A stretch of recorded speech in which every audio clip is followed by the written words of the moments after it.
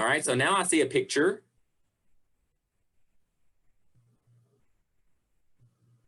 I'm thinking this looks like continents.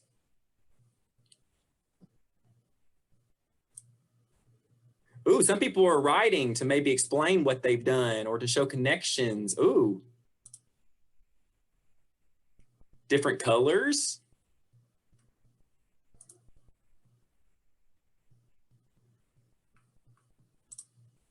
A network. Hopefully you can see the ones I'm popping up. And if you were doing this with kids, then of course you wouldn't be screen sharing or whatnot, but you could click on one and you could say actions and you could say, push this whiteboard. I think there's a way you can push it to where all students can see it.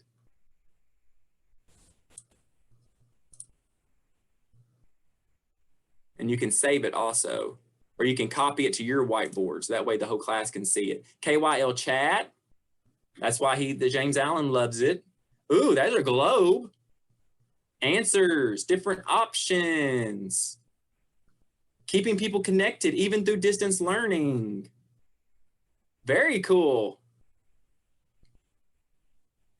Engagement.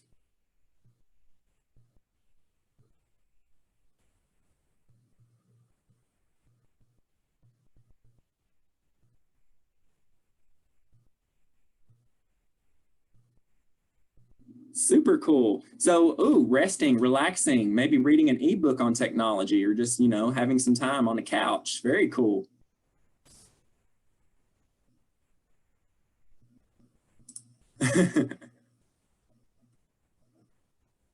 So some major themes I'm seeing are networks, communicating, professional learning, so learning.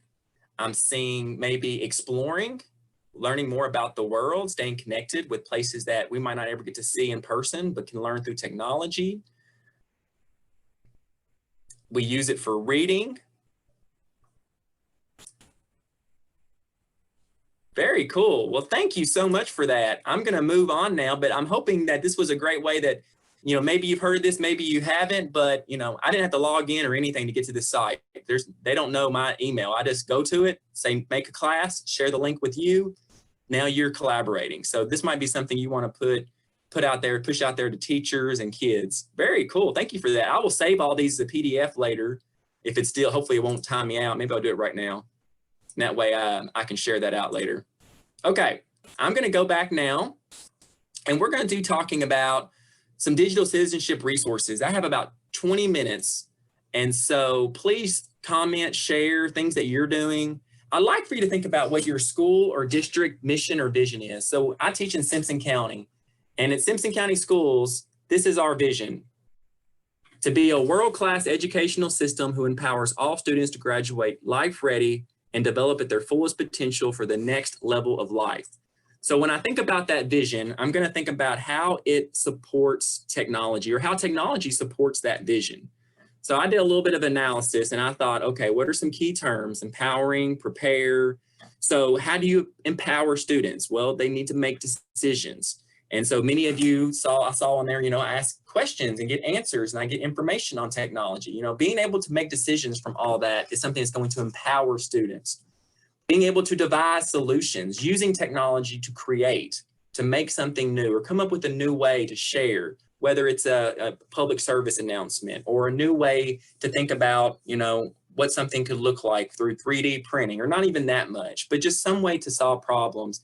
And then to disseminate those conclusions through technology, sharing out with others. So I definitely think it's worthwhile to think about what your library's vision is, your school vision, your district, and what role does technology play in it? And use this as a tool to promote what you do with technology in your library. Creating a culture for success. Hope is not a strategy. So you got to think about essential skills. And a lot of that is through modeling. But there are also ways to teach that more directly. And everything I'm going to share with you, not everything, but mostly, is through Common Sense Media. And things are hyperlinked in this document. So I keep this in a nice little safe folder because it's easy for me to go to this slideshow than maybe 100 bookmarks. And but it's whatever you want to do. But it's Digital Citizenship Week. Common Sense Media tweeted this and emailed this out. There is a lot of resources at this link about digital citizenship. So I'll let you explore that. Maybe you're doing that now. I hope you are. Here's some quick activities for digital citizenship broken down by grade bands, K through 5, 6 through 12. And you know, it's a pretty user-friendly format. You know, when you go there, you can see specific activities. It tells you what grade levels. There's links like a song, what it targets, balance or privacy. I mean, so even starting in kindergarten. So this is just something that, you know, I think is a great web page to have saved. Same thing for 6 through 12.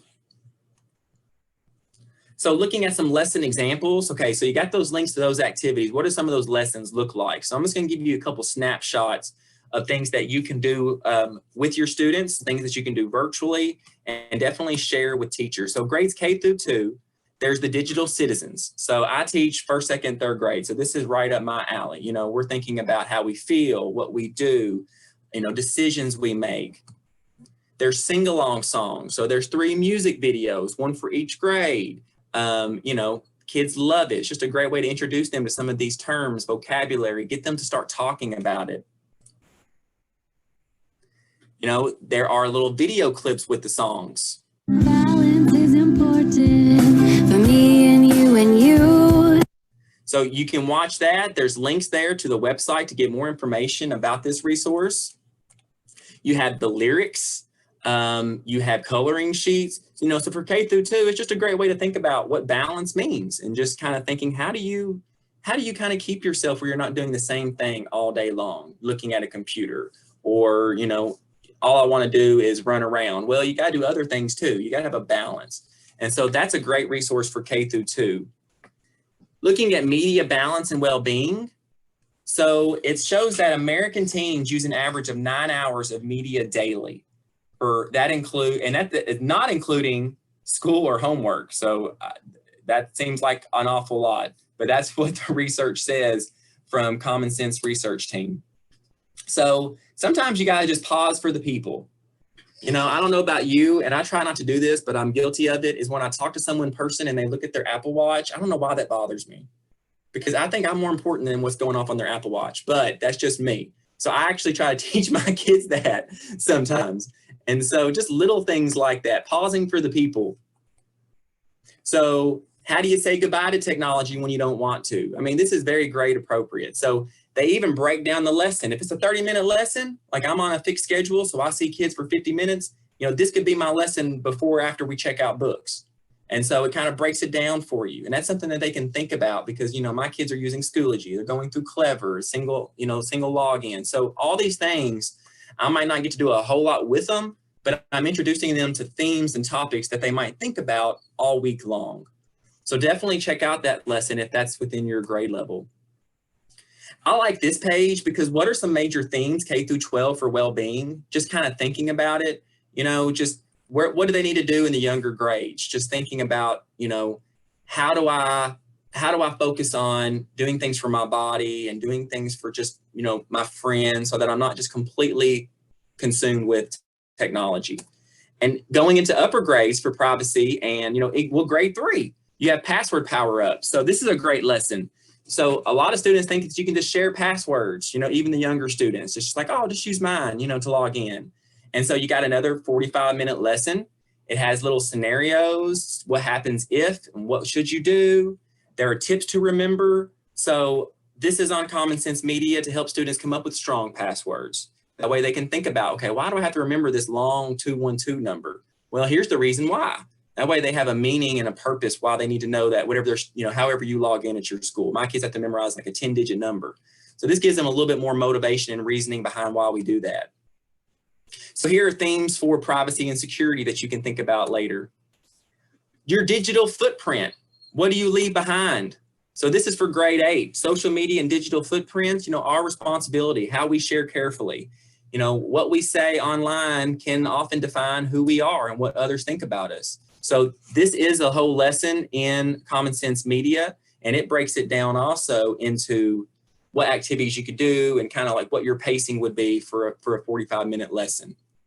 So there are some themes about identity and footprint all the way from elementary to high school that you can think about and put on, your lessons or what you need to do there to promote it.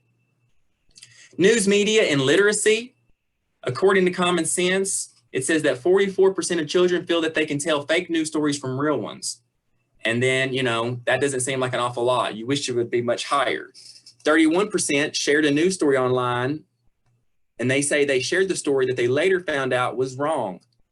So, when you share something, if you find out 6 months later, well, you've already shared it, and maybe that's something that, you wish you could take back. So you got to be very careful about knowing which resources to use. And so there's some themes here around news media and literacy from the lower grades, thinking about copyright. And I'm going to give you a little bit more information about copyright and creative credit that you can use and have access to. Finding credible news for grade 6. Here's a lesson. How do we find credible information on the internet? Is the news new or fake? So there's information there on what editorials are versus satire and hoaxes. So, and the resources are provided through Common Sense also. So you don't have to hunt for a lot if you need help finding something that you can use with your class. Relationships and communication is another big theme of digital citizenship. So questions you might ask is, how can I build those relationships? What am I going to do at different levels? How does what I do online compare to what I do offline? How are they similar or different? This is a lesson for 12th grade. We are civil communicators. And so we know the power of the words and actions we use. So they break it down. They talk about, social media, about that discourse. And, are you engaged in discourse, or are you just posting something and then just, all right, I said my piece? And just learning about how to kind of keep that alive where you're open to new ideas and also sharing things that are credible and appropriate. So there are resources there. You can watch things, you can listen to things. There's articles to read. So this is something you can put on your library website for high school level students.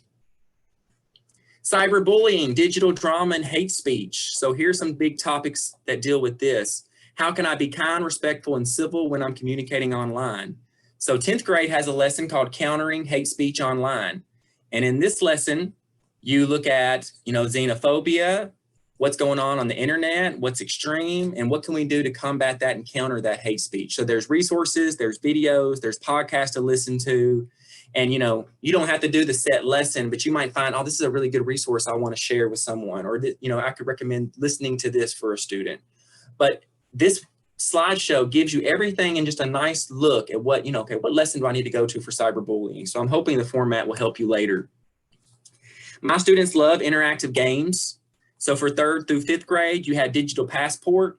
It's super cool. You also have New Smart Kids. This one is mostly songs and sing-alongs, but it's a website with no login. And so you have a link to it. Great for the younger students about internet safety. The middle school students have Digital Compass, grades 6 through 8. So these are resources students can use to play games, to make decisions, and just think about some of those big themes. They can do it on an iPad or, I believe, on their computer. So we covered these major themes, and you might think, okay, where do I need to start? And you have everything from communications to digital footprint to hate speech. And so this is a graphic that I want you to have and keep up with, because it just helps me to see, okay, what were those 6 major domains? And that way I have it, I can print it off, I can put it in my office, I can make a poster of it. And it's just something that keeps students mindful of what those things are when they're using technology. Some integration examples. I love this curriculum crosswalk. You can click on this crosswalk and it's just going to show you how digital citizenship aligns with different grades. You have those essential questions. If there's a lesson, you have a link to it. So this is just a really great PDF of different things at different grade levels. So I know, okay, I teach 1st, 2nd, and 3rd grade, so I know where to kind of focus. And so I can click on a lesson and then I have it right there. I have some resources. So I love that curriculum crosswalk. If you have social studies teachers, here's questions along with resources to support and help them, from copyright to, that civic component to combating fake news and dealing with it. If you have physical educators and health classes, just that overall well-being. So there's questions combined with things that you can do with lessons. Science, building a community, dealing with collecting information. art, creating art. How do we reflect that represents ourselves? How do we protect the art of others to make sure that their property is protected? And I'm not saying, oh, look, I found this nice painting and I'm putting it all over Twitter, Facebook. Well, did you create that? So you have this really great page of resources. I'm not sure if you've heard of Wide Open School. This is newer to me, but it's promoted through Common Sense, and it's basically a library of lessons that are curated by teachers and librarians. So you can go to student activities, and it's got different things on different subjects. So let's say, okay, life skills. If I click on life skills, then it has a curated, nice collection of activities that deal with life skills. It tells you the grade band. It tells you if it's a website, if it's interactive.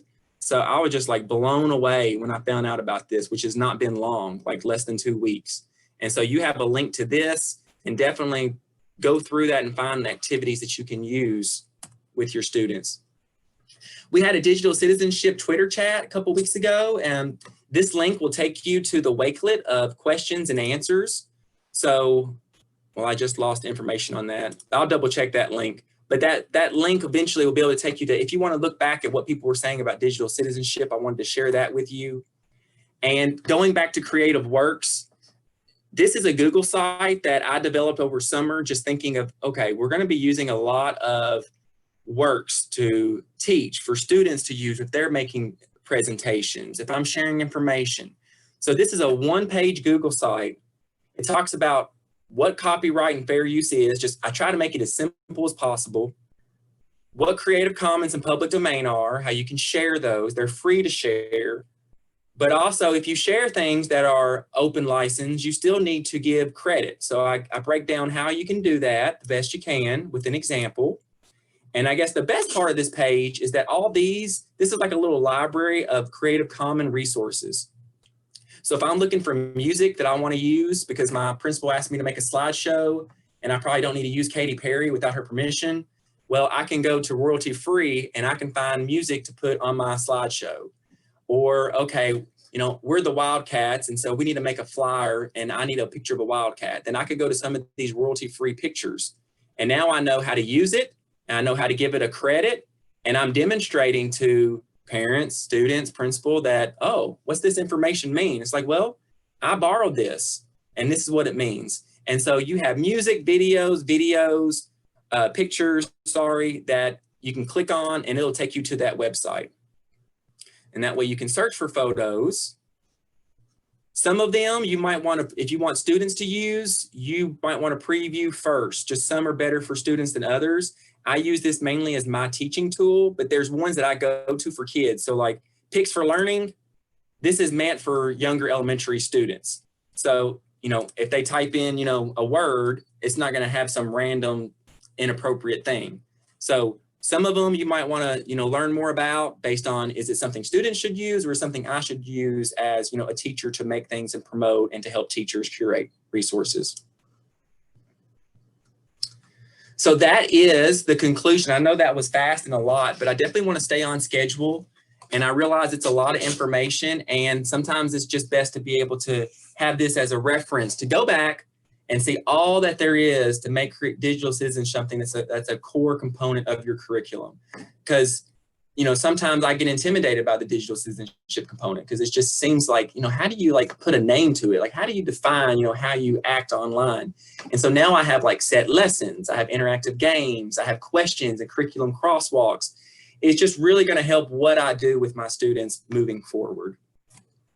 Any questions or things that you'd like to share or comments you have about digital citizenship? And there's a link Renee put to the website, the one-page Google site. Sam, someone asked, is this link to this site you created on your personal website? Yes. Okay, I know a lot of people follow your website, so. Let me see if I can make this a hyperlink. If you go to my website, the blog post I had written about this, the blog post I had written about it. No, I haven't put it up yet. Oh, well, you should. I will, but you can look at it here too. Perfect. Thank you. This is the post I had written, and it just explains why I created this and what I did. And it's just a real short blog post, and it just, here's the one-page Google site. It's So a great check the resource. blog too. Thank you for doing this. Absolutely. Other questions? And I hope that people don't think I was rude when I said you should. They just need to know I tell you what to do, right, Sam? Oh, I know. Yes. I'm like his work mom. You definitely are. We've laid out our parameters. We understand each other. Yes. All right. Well, we're right on schedule. I'm hoping you find this information helpful. And again, you're not supposed to use all this. It's just, if you go away with one thing that you want to use from each session or really think about, I think that's a successful day. So just pick something that you want to try or learn more about. Let us know how it goes. Give us information and feedback. And maybe there's something you want to dive deeper in. So definitely put that on the live agenda questions. I shared all those themes with you. But if there's one that, you're really struggling with or you want to know more about, whether it's privacy or cyberbullying, we can get other people in here who know more and can do sessions and share examples that really dive into more specific work. But beginning of the year, it's Digital Citizenship Week. I thought it was great to provide the overview. And I thank you for your willingness to learn and think about how you can use this. All right, well, I'm going to move to the agenda and we're going to see what's happening next. We have a 5 little minute window break. So I am going to also let everyone just stretch. I'm going to put a 3-minute timer up. And that way, if you need to just stretch, you can, because I know I kind of need to. And then I'm going to introduce my next presenter, and she's going to share some great things on KBA. So I'm going to put my little timer up.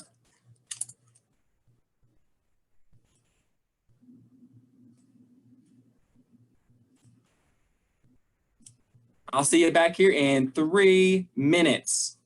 Please share any questions in the chat box, and I'll be here looking through them.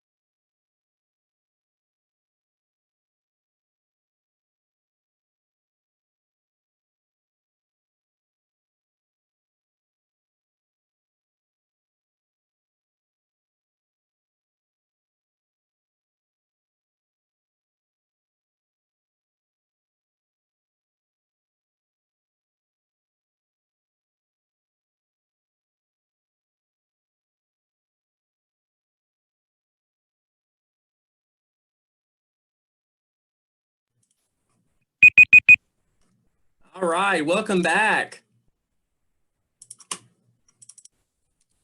Okay, so now we're going to move on to our next session. And also, I realize this is a lot of information, and give us feedback of the format. There's a lot of participants, and what's great about being in person is that we get to sit in tables, we get to think and talk and collaborate.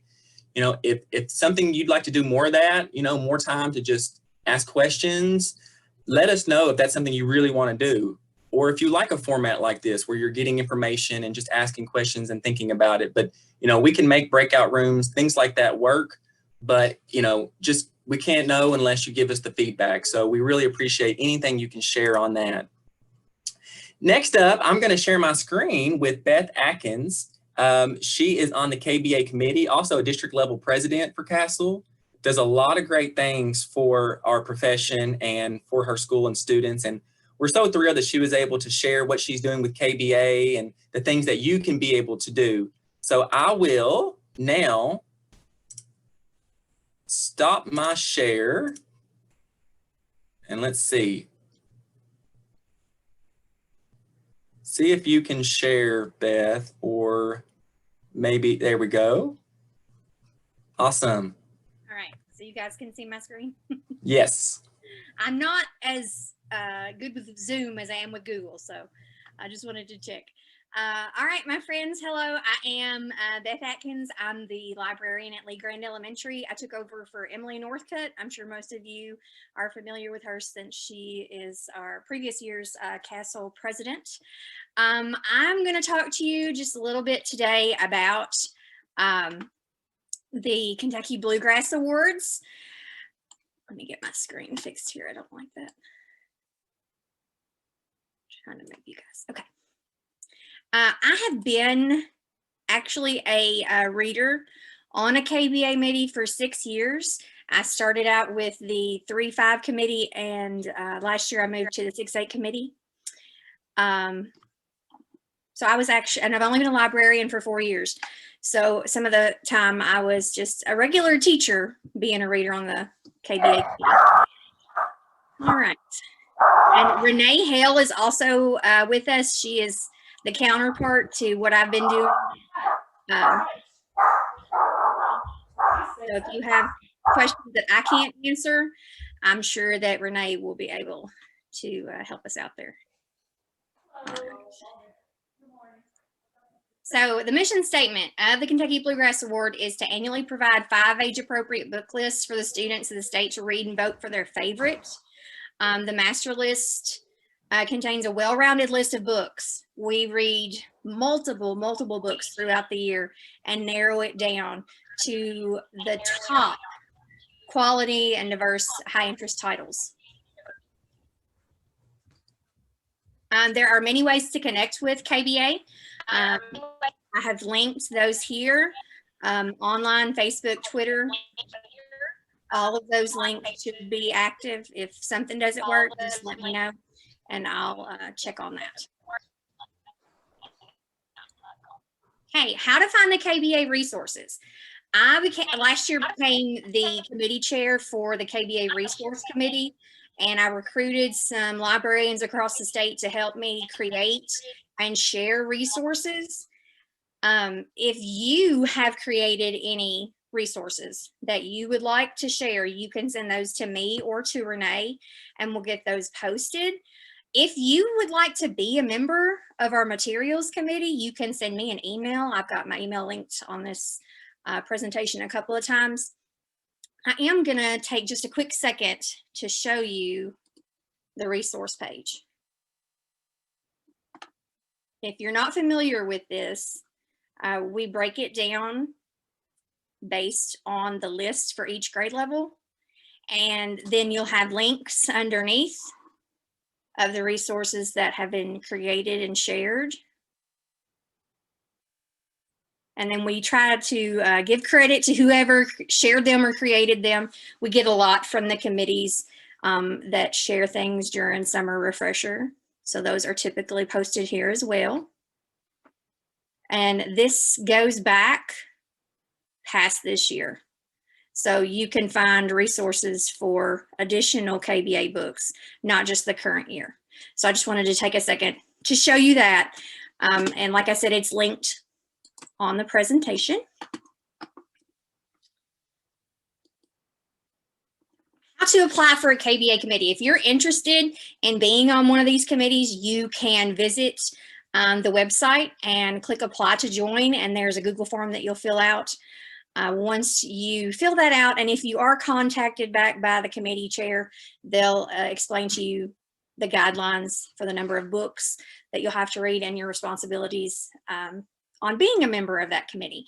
And most committees have, I believe, between 10 and 15 members, varying across, grade levels that they work with.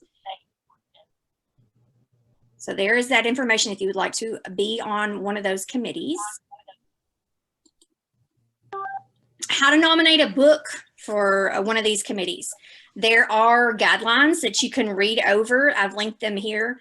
The biggest things to consider if you're wanting to nominate a book for one of the committees to read is it has to have been published in the past 3 years, and we can only take the first book of a series to be considered.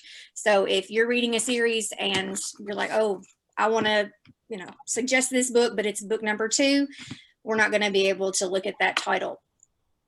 You can visit the website to fill out a form to suggest any title to any committee, and those committee chairs will have that suggestion.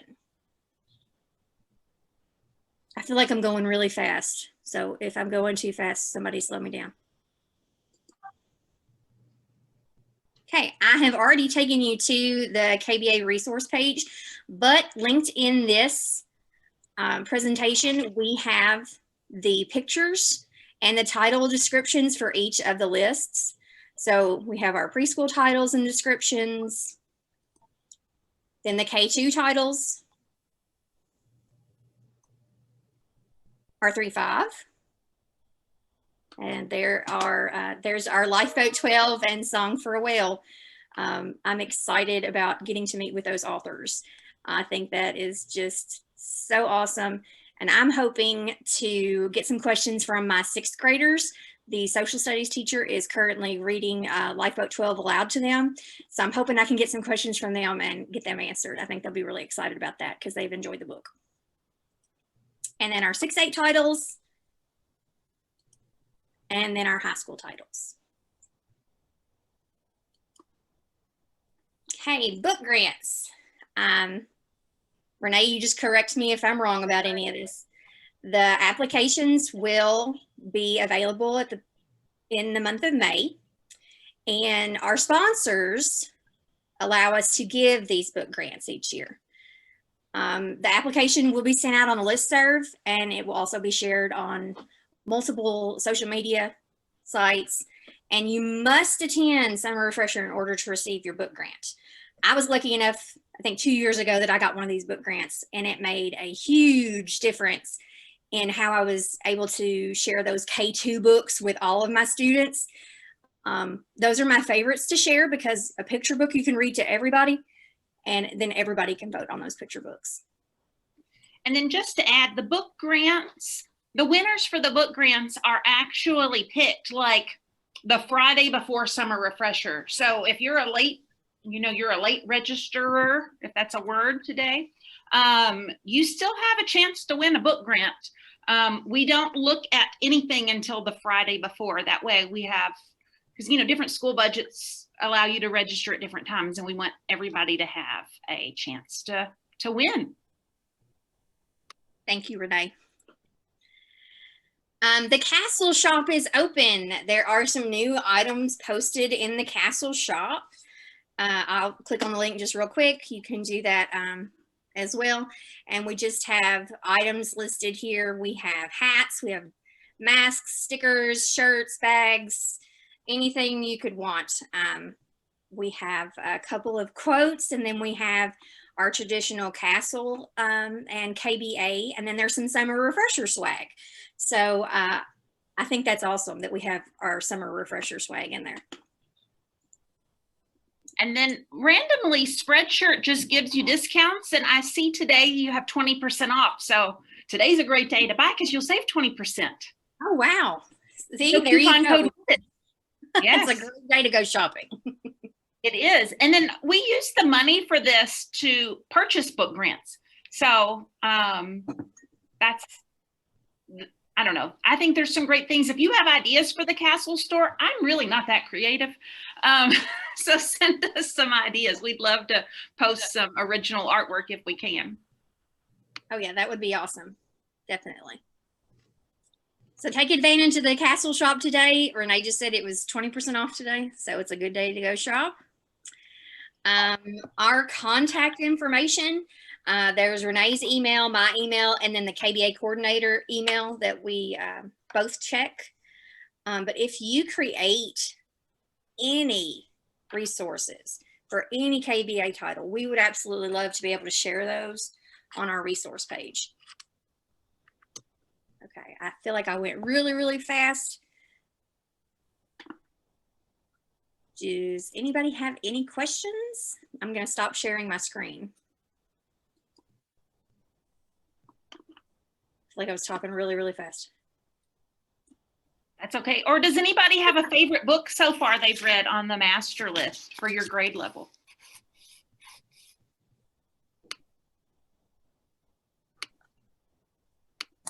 It's not my grade level, but the Coyote Sunrise. I love that book. And I'm still mad like 10 months later that it didn't win the Newbery. I say that every time I talk about KBA. Why did that not win the Newbery? I think New Boy was just, I mean, New Boy's fantastic too, but. Yeah, oh, absolutely. My daughter's dying to read that, but I just don't know if I can emotionally handle it. I will second that. I have 3 daughters and my middle child is very much Coyote, and I bawled through the entire thing. I was like, I'm too emotionally invested in this. Or she might have to read that one by herself. That might not be one we can do together. It was a good one though. Lauren Phillips just put Fire on High. That's my favorite high school list. Oh, I read it in like 24 hours. If you haven't read it, and it would easily go into a middle school library. It was really, really good. Okay, I'm going to do a plug. I'm one of the preschool book grant winners. And so not serious at all, but I can only draw worms. This is a super cute book. And so I would definitely promote this one, either preschool or even, K through 2. I think they would all love it. So that's going to be my promotion. Yay.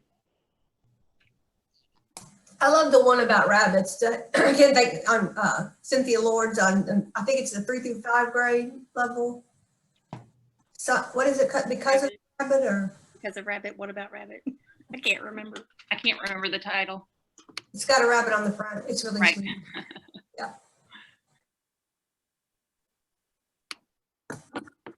Because of the rabbit. Thank you. Yes, Don't be there you afraid to unmute. We've got I could talk about books all day long, and Terry's here. Terry could talk about books all day long.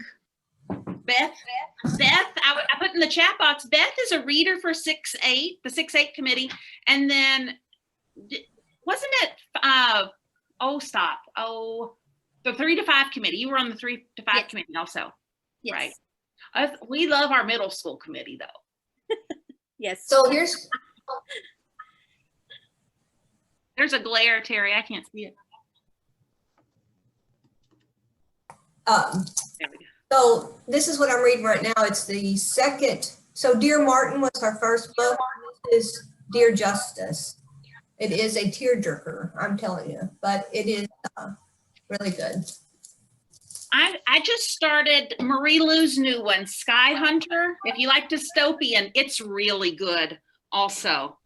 A little bit of science fiction mixed in, but anything Marie Lou is amazing. I see somebody commenting that City of Ghosts. Oh my goodness, I cannot wait for Yeah. the 3rd book. That series has hooked several of my kids that were my Goosebump kids. Right. They like the scary, the creepy, the R.L. Stein, and now they moved up, to City of Ghosts. So And it's on Mac and Via. Yay, Mac and Via, woo! I love the Zombies Don't Eat Veggies. And that's Yeah. a really good one right now too, because it's Halloween too. It's zombie related, and then you can talk to them about how it's okay to be different. And that was one of my Yes. favorites on that list. Hi, Jennifer. She's one of my students. There you are. I was going to tell you too, last year wasn't Orphan Monster Spy on the high school list? I don't remember if it was last year or the year before.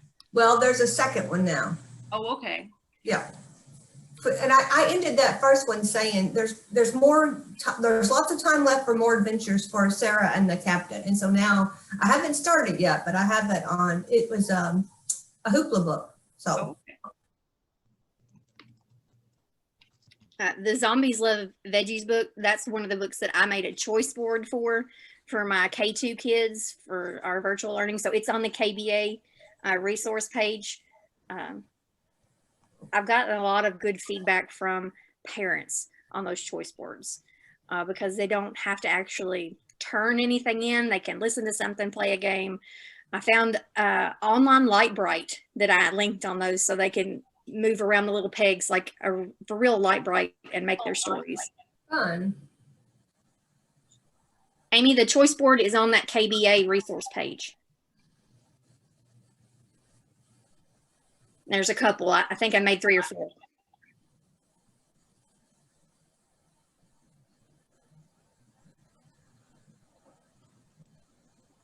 I'm reading messages. I have to help with specials this year.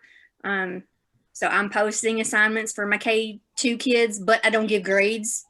So So if they do them, yay. If they don't, it's okay. exactly. I mean, there's no, I mean, other than I give them some dojo points if Are they your- have done stuff. Are your choice boards on a Google Doc? Because people are asking to see it. They're linked. They're like a slide published to web is what they are. Okay. Well, if you have time, drop a link because some Okay. people, I'll do it right now. you know, we love to borrow things from everybody. Let me see. Yes, Pamela, there are lots of good books on Mac and I'm excited. It was, and if you want to, I'll just give a plug for Mackin real quick. I don't know how it's going to work, but I'm on the middle grades list and I know the middle grades people will be looking for helpers. So if you love to read, make sure you email me and I'll include you in our communication because we'll start, I think, in March for next year's list. So. All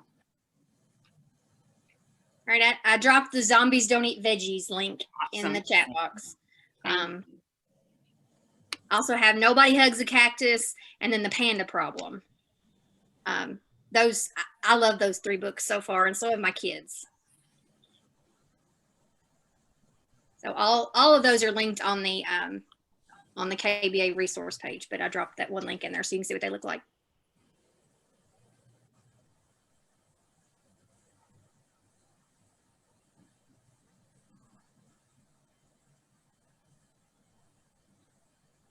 We've got 3 more minutes. Anybody else got anything to share?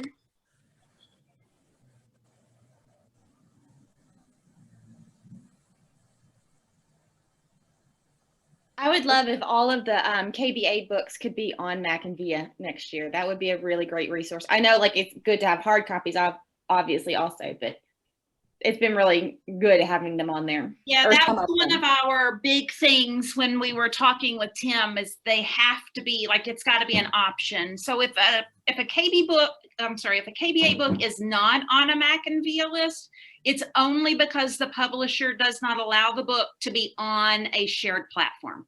That's the only reason a KBA book would have been left off. So, you know, it's all.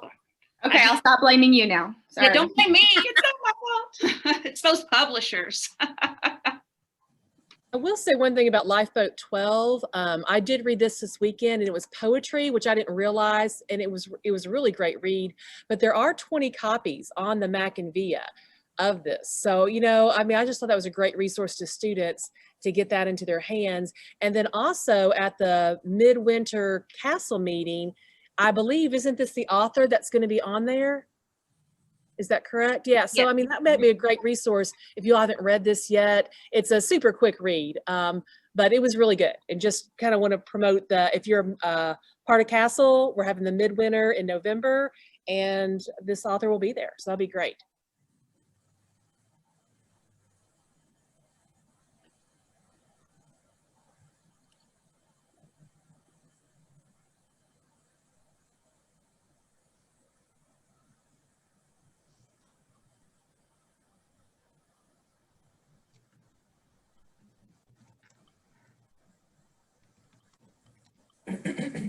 Well, thank you guys for letting me share with you. Please reach out to me or Renee if you have any questions about KBA, or if there's anything that we can add to the resource page.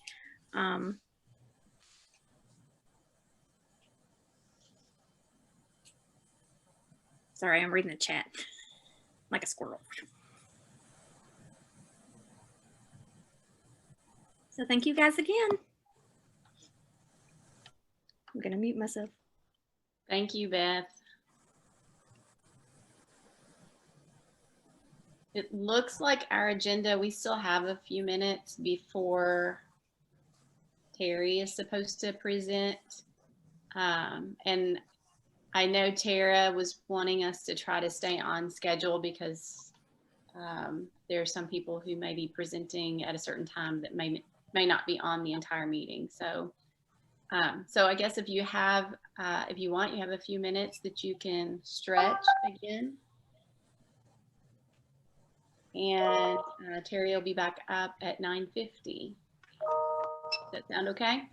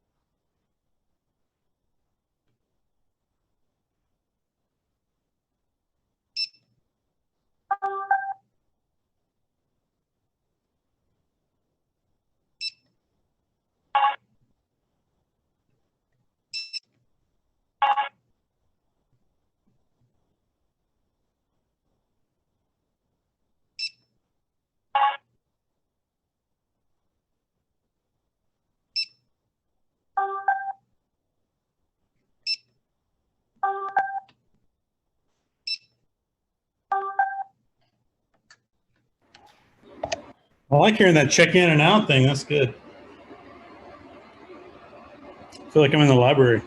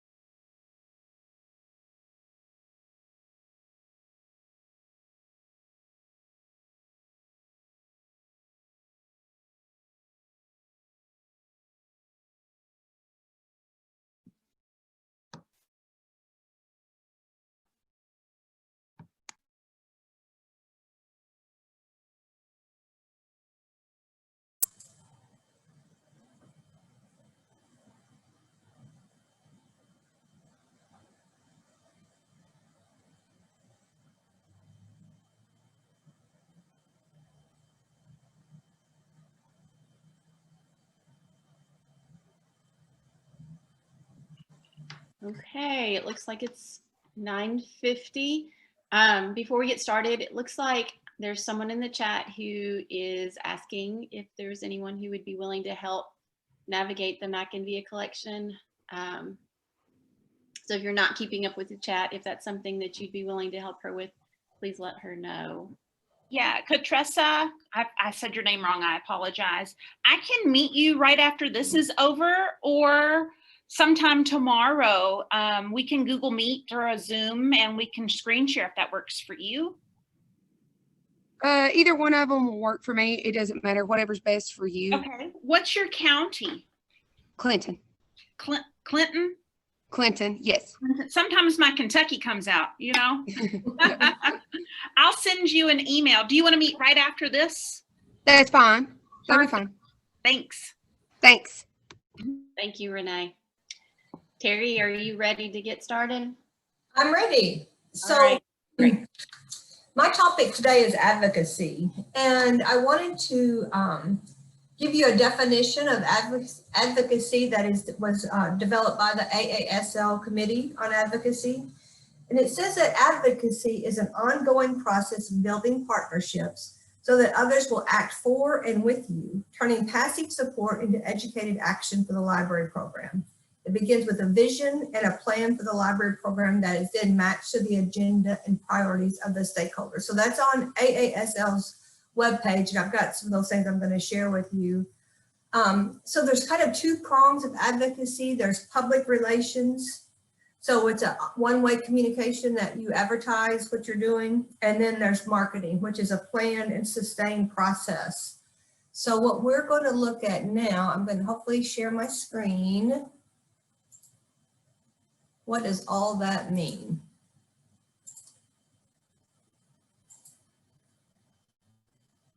Okay, Amanda, can you maybe see advocacy? Let's do it.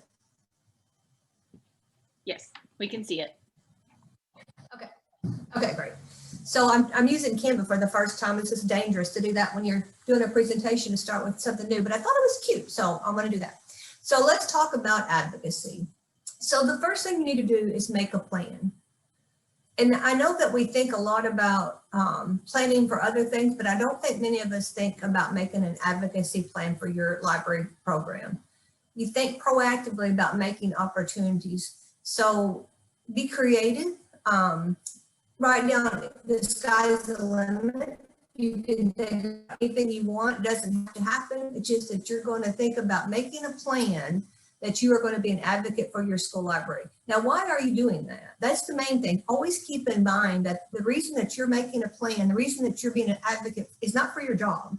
Hopefully that's a side effect of it, that your job will be more secure, but it's actually for your children at your school and your community, because we know, there's gobs and gobs of data out there that children that have access to a school library with a certified school librarian have better student achievement. So when you're thinking about that, you need to make sure that you always put those kids in that first, because you don't want to come off as self-serving. You want to come off as serving your students and your teachers. So you want to keep an advocacy notebook or a calendar, because you're going to use this later to do your advocacy report with your school principal or board of education, or hopefully both, your site-based council. So every time you do something, everything that goes on in the library, you document it.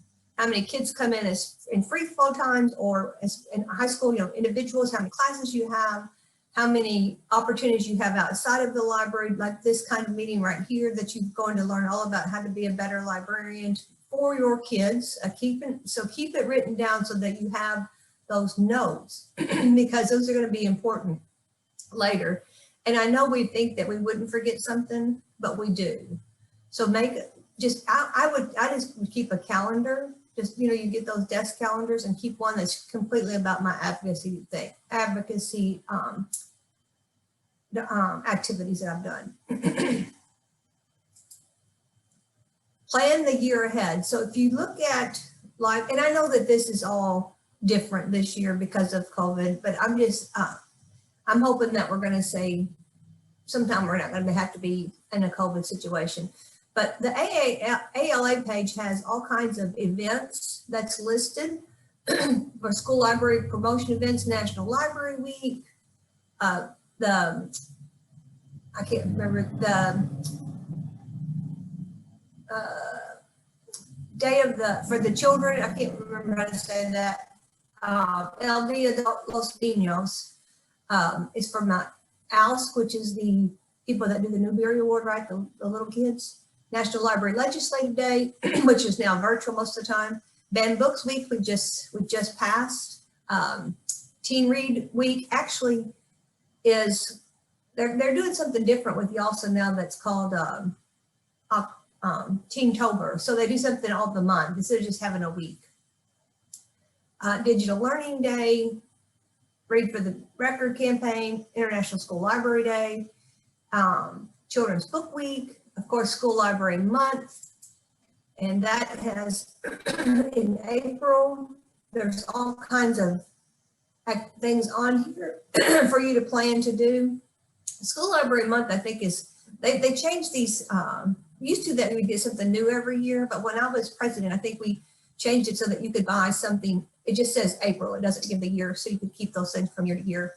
And there are activities on this website to, there's things that you can share through your news program, spokesperson video. There's our favorite, Jason Reynolds. Oh, so good.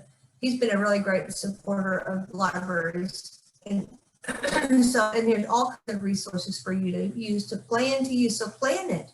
Plan that you're going to do it, because if you wait till April to do it, you're probably not going to do it, right? Because we're all busy, ready to go to school. So the ALA page has all kinds of activities on there. And then develop a digital presence. One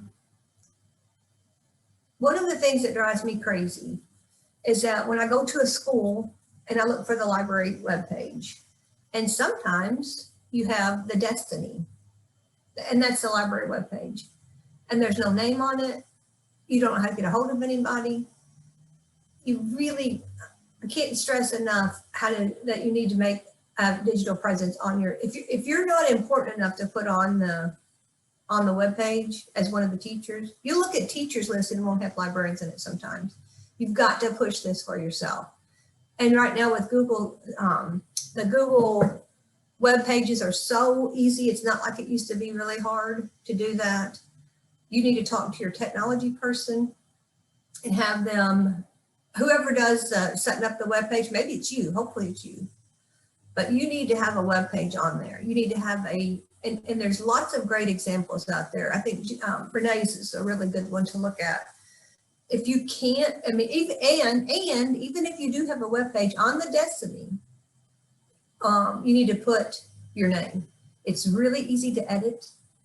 You just click on edit and you can put your name, you can put your contact information. And it is, I can't stress this enough. This all came about whenever I was trying to do a mailing to every school librarian in the state. And I couldn't find who they were. I didn't want to mail to librarian at the school. I wanted to have the person's name. And you would be, I think you'd be shocked to find out that there's lots of places where they're not anywhere listed on the web, on their school webpage. And I know that it's, you know, sometimes we've kind of gone off of web pages, but I think now with COVID, it's really back to being an important part. You've got to be there. If you're not going to be there, you're putting yourself down. If you're saying that you're not as important enough to be on the webpage as one of the school leaders and educators. I know Jefferson County has LibGuides. It's kind of expensive, I think, but if you want to get a really good idea about what to put on your webpage, you might look at some of the LibGuides. I think is Tara on here? I don't think she's on here right now. Okay. Well, she and I just talked about a school in Louisville, and I can't remember the school's name now, but that girl had the best. she had the best page, and I'll try to find that and send that in the notes in a bit. And again, right now, I don't know how many of you have done a Bitmoji library, but those are so fun, and they're really good things to have for your kids to access from home. I wouldn't mind seeing that. If I had a chat, where's the chat? How many people have done a Bitmoji library? Where'd my chat go? Terry, can you embed a Bitmoji library into your Destiny page? Yes, you can. Yeah. Yeah, because it's just a link, right? Yeah, you just grab that embed code. You have to like publish it. I've got directions deep in my Google Drive. I'll find them and post them. Yeah, Renee's got a really good digital presence. I've been stalking hers. But I have been taught by James Allen, you know. That's right. And not to hijack your thing, but if you don't, and I am a very humble person, but if you don't advocate for yourself, no one else will. And you've got to get over that. Just do it yourself, even though it might feel uncomfortable. You just have to. And, you know, we're going to talk about that in a minute, but I think that there's ways to do that. And I think well, let me go on. So Bitmoji library, I didn't see the chat. How many people have done one? Where's the chat box? Anybody want to share yours out in the chat? There are a few people it looks like have put their links to theirs. Okay, good. Because it's really fun. I've got one of my students, Beth Wood at Murray Elementary. She has a really good one. So, and my high school people were doing for young adult literature this time. They're doing a Bitmoji page for each one of their books with all their teaching things on there, and those have been incredible. So the next thing you need to do is you need to find advocates in the school. You look for teachers who are on the cutting edge that want to be collaborative with you. And I put snack, hug, and coffee because that is what we need to do. Bringing the coffee in the library and having that place for teachers to come and have a chance to collaborate. There's not one thing wrong with that. It seems a little bit like we're bribing them to get in there, but it's not. You're providing those opportunities to collaborate. And the thing I think gets us down sometimes is that everybody doesn't get on board. So especially if you're in a high school or middle school, you can feel like sometimes you don't ever get to see those math teachers because they're not doing things with you in the library, but you have to focus on a few people at the starting. You have to get some advocates. And again, you're not advocating for you're advocating for those students that the teacher has. You have more great opportunities by using the resources in the library, doing inquiry-based learning in the library, going the extra mile, doing the technology things and I know they can do it by themselves, but you're like, why would you? Why wouldn't you want some help? Let's do a team teaching here. And so find advocates in the school. One advocate one partner will multiply because they'll talk about it, what they've done and their opportunities that their kids have had and all the fun things that they've done. And then find advocates outside of the school. So this is your public and academic librarians in your district, in your area. Oh, I spelled local wrong, sorry. Local, state, and national associations. You know that I'm gonna say, as the ex-president of, or former president of KLA and KASL and AASL, that I feel like your professional association is where you can get your support. You're always, and the thing is, all those people give it to you for nothing. Just about everything that you can see on the web pages of those are free. But that doesn't mean you don't need to join. So that's the next thing I think is I just said, join your state association. join your local association.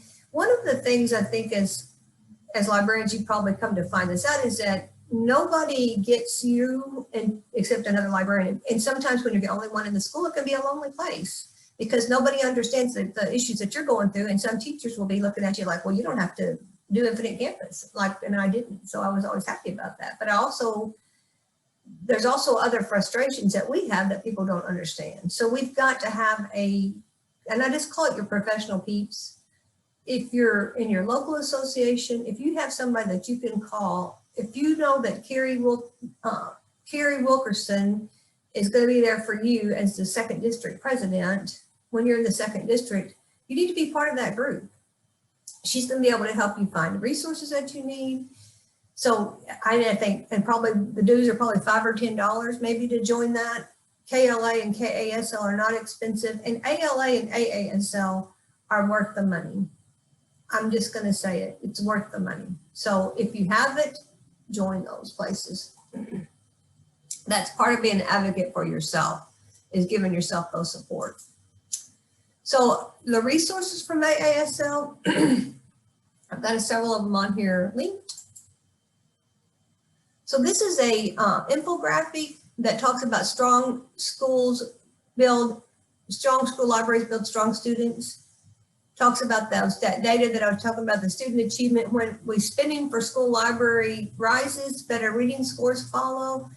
And this has been, I think there's been this says 21 state studies. I thought there were 22 state studies that showed it, that having a school librarian that was funded with a certified school librarian made difference in no matter what the rest of the school was like. So if it was a high poverty school, you were giving those kids those resources. Another thing, I think the selling point of money in school libraries is that if you get $1 in the library, every kid gets to use it, right? So if you just decide that the second grade teacher is going to start doing makerspace things, then only the kids in that certain person's class are going to get those benefits. If you put it in the library, every kid in the school's got the same opportunities. So college and career readiness.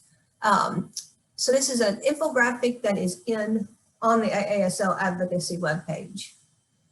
So you can see at the bottom, it says strong school libraries bridge the gap. 37% of all Americans do not have access to high-speed broadband connectivity at home. And we know now, I think it's even more important now that that libraries are there to support this. I know that, I think it was Henderson County took some buses with Wi-Fi's out there when the kids went on lockdown. I think this is, this whole lockdown thing, I think has had, it's had a hard time. It's made it hard for us, but it's also made what we do in the library even more important. What we've taught kids how to do, and because now they're having to do it on their own at home a lot of times. There's another infographic that was School Libraries Transform Learning. This is a little bit dated, but it's still, I think it's got some really good statistics in it and it's a pretty colorful and fun one to do, to put it. The number of Google searches per month is 12 billion. And we know that about 10 billion of those are the ones that gotten paid to do, right? So they're on Google, they paid money to get up to the top. We've got to be the one to help teach kids that. And teachers, I think, as well. The whole magazine is, where that infographic is available as a digital download. And it is something that the American Libraries put out a special issue. And this was when I was president, because there I am with my little short hair. So this is get this I would highly recommend reading this. Reimagining Advocacy for School Libraries on page 8. I had a guy say, do kids even use the library anymore? And I'm like, have you seen the public library statistics? I mean, not kids. He said, do people even go to the library? I thought, have you not seen those statistics on our public library in our town? Because we know that people are using libraries even more.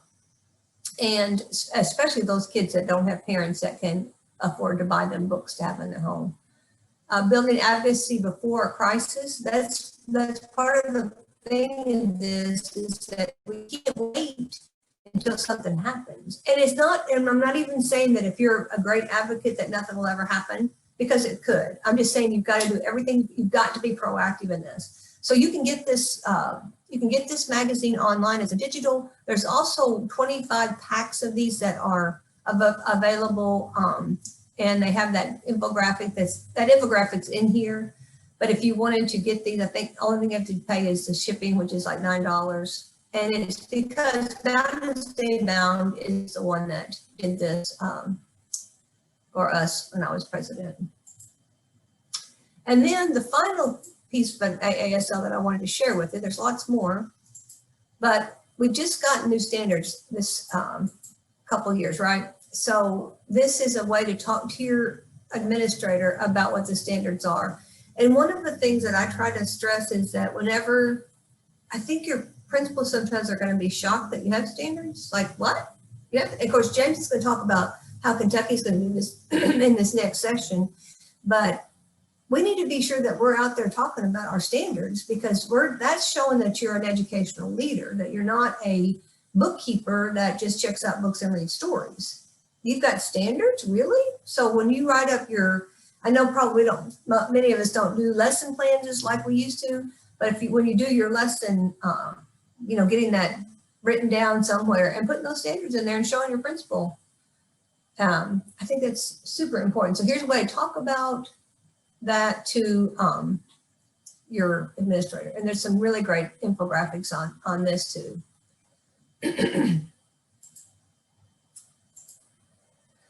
And this is what Renee was talking about. You've got to brag on yourself. And I know that we've been taught over our lives that we are not to brag, that we're supposed to be humble and kind. And I want you to be kind, and I want you to be humble because you're not bragging that you're so great at this. I think Sam Northern is one that could talk about this some, because he has done a lot of incredible things and he publishes it. But if he didn't have that self-confidence to say, look at this great thing I'm getting to do, nobody would know, right? So don't expect somebody to notice that you've done something great. I think that is the most hurtful. I had one school I was at that I never went to lunch because the kids were in the library at lunch. So I just never went to lunch. And then I got lunch duty on a Friday. And I'm like, do you not know that I've been here for 3 years and never taken lunch? No, they hadn't noticed that.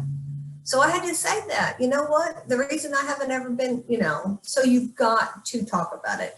Barbara Stripling, who was a former AASL and ALA president, said, if you don't talk to your principal every day, you're not doing your job. So even if that's probably hard in this day and age, but try to make those conversations positive. Oh my gosh, you won't believe what happened today. Or you can, like Beth's choice board. This is so fun. Look at what the kids are doing with this choice board. Just talk about what you're doing. Because if they're like many of them, they don't get in the library very often.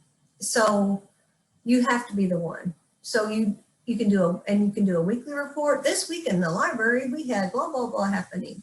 Be sure that you talk about it. They're not going to notice it if you don't tell them.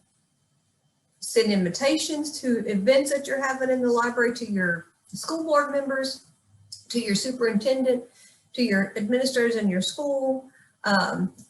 Don't expect them to notice unless you ask them. And then every semester, you should do a formal written report.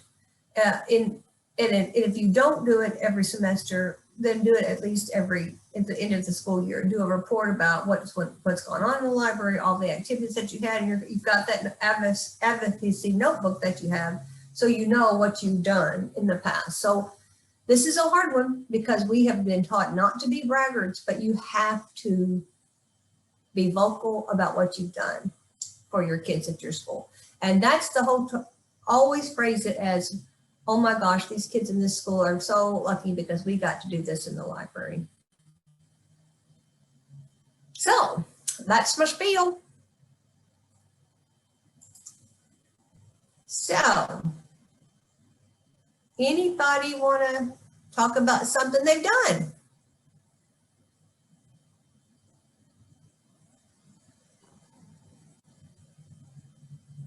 I think Terry just gave you permission to brag on something you've done. At Clinton County, I'm the district librarian, which means I have 4 schools. So I don't get to be at one school all the time and advocate in that direction. So what I do is usually try to do it on Mondays. Sometimes it doesn't always work that way. But our middle school does morning announcements via a Google Meet.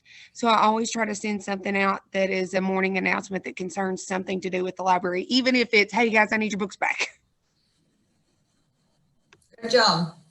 Yeah, you know, one of the fun things in high school that we did that was got a lot of notice is that I was doing book reviews, and then I decided to have the kids do them instead, and had a really funny guy that was a big reader that could do these humorous book reviews. So everybody saw that. Everybody saw that we were having a lot of fun in the library by reading these great books. So. Something I'm doing that is definitely out of my comfort zone. I figured out a way to schedule posts for Instagram by connecting my school Instagram account to a Facebook page that is not active. And then one of my library helpers this year is like this crazy social media kid. So I hand her my computer. She does not have any of my passwords, none of my logins, and she's making my post for me this year. She's creating the content in Canva, downloading it, and scheduling my posts with the hashtags that I've got her using every day. So that's just a big weight off my shoulders. And it's one of her strengths. Yeah. And that's actually a job in 2020, social media managers. So she's going to be future ready. Can you all hear me? Yeah. Oh, good. When you mentioned in your presentation about keeping a notebook about things you do so you can go back to it, like I highly advocate you take pictures of everything you do because I am too lazy to write it all down. I will self-admit that, but I can flip back through my photo album and come up with a 10-page story on what we've done for the year or for the month or whatever. So even if you don't use those on Instagram or Twitter and publish them, you know, you've got issues with kids being in pictures, you can still have them for yourself to use for advocacy use. Yeah, and that's a really great, when you do that year-end report for your principal or the semester report, put those pictures in there and show those kids having a great time. So James, it looks like you're drinking a beer. What are you drinking? Oh, it's water. I thought I thought it was a beer. I'm like, James, stop. Coke Zero. I'm usually a Diet Coke person, but this is what I had, so. Okay. Yeah, Instagram, Twitter, those kind of things are great for your parents and your kids, you know, but think about what your audience is, the people that you're using those with, because it's going to be different. I feel like you also want to share those out with your principal so they can see what's going on. Yeah, I kind of second what James was saying about Twitter. That has been a great resource. When I first got on it, I was amazed at looking back through the year about all the things that we had done. And then of course, just getting on there, and I always tag my principal in all the posts too. So this way he sees that. And I'm very fortunate that I have a principal who is on Twitter. So I know it's something that he has seen. He's on it every day promoting our school to our kids. So it's a really quick and easy way for just to let him know this is what's going on in the library. And then a lot of times he will retweet to that to our families as well. Yeah, that's great. And you hashtag make sure you, our county has a Twitter account. We always want to make sure that we get the school board people involved in that too. Oh, that's fun. TikTok, using TikTok. That's for highlighting the KBA books. Oh, that'll be fun. instead of the ocean spray. You'll have to share that out, Carrie. Don't be afraid. Don't be afraid. And I know sometimes if you think about a library personality, a lot of times that you were maybe the quiet kid in school, and that's why I was drawn to this kind of, thoughtful job. But you've just got to be brave and awesome and start your stuff. And I think my time is up. And I have to go to a different thing. So thank you all for having me. Thank you, Terry. I think that was probably a message that really was needed, because people don't tend to brag on themselves when they're doing amazing things. And we've been taught not to, right? We've been taught to let people, as gracious Southern women and gentlemen, we want people to notice and praise us, but they're just not going to do it unless you're the one doing it. So, all right. Bye-bye, everybody. Bye, James. I wish I could stay to hear your talk, but I've got to go do an observation with one of my students. So, No worries. okay. See you soon. James, are you good to go ahead and get started? I know you're technically not till 10:25, but I think everybody else that's presenting is on the meeting already. So, All right. Let's give her, do we want to have like a 1 minute, 2 minute break? I don't know if people might have something they that's need fine to. with me. Yeah, let's get started in just 1 or 2 minutes. That'll be good. Sounds good.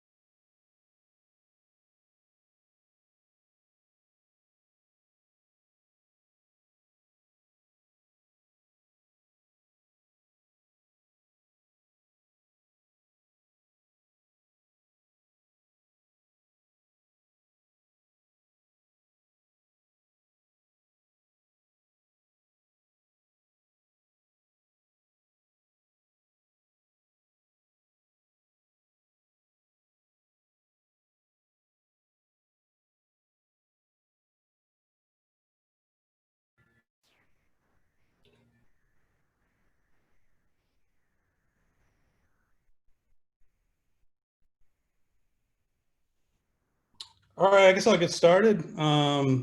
Maybe give me a little more time for a few things to share. My name is James Allen. Can you all see my screen okay? I hate asking, but.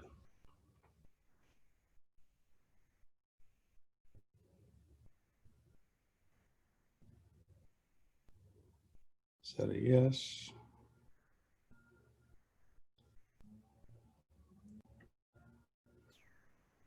Can you all see my screen okay?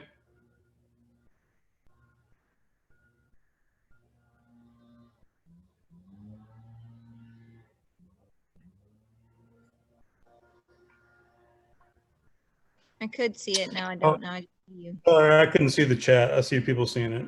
Sorry about that. All right, so first, I'm gonna give you a little tip. If you go to your Google Slides and change the edit to presents, you can be in presentation mode, but still keep all your tabs open, which is a big thing if you're presenting to a bunch of people, to your kids. Oh my gosh. It's the perfect time for the leaf blower outside, right? Sorry about that.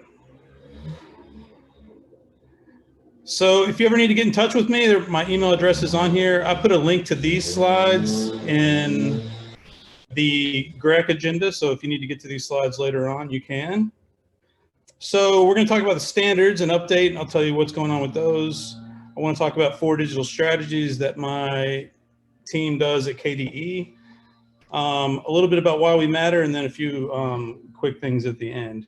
So standards, it's on everyone's mind probably, or at least it feels like it should be. It's on my mind all the time. They just had their second reading in front of the Kentucky Board of Education. So they now, and it went through fine. There wasn't even really any discussion about them, not a controversial subject, so that's good.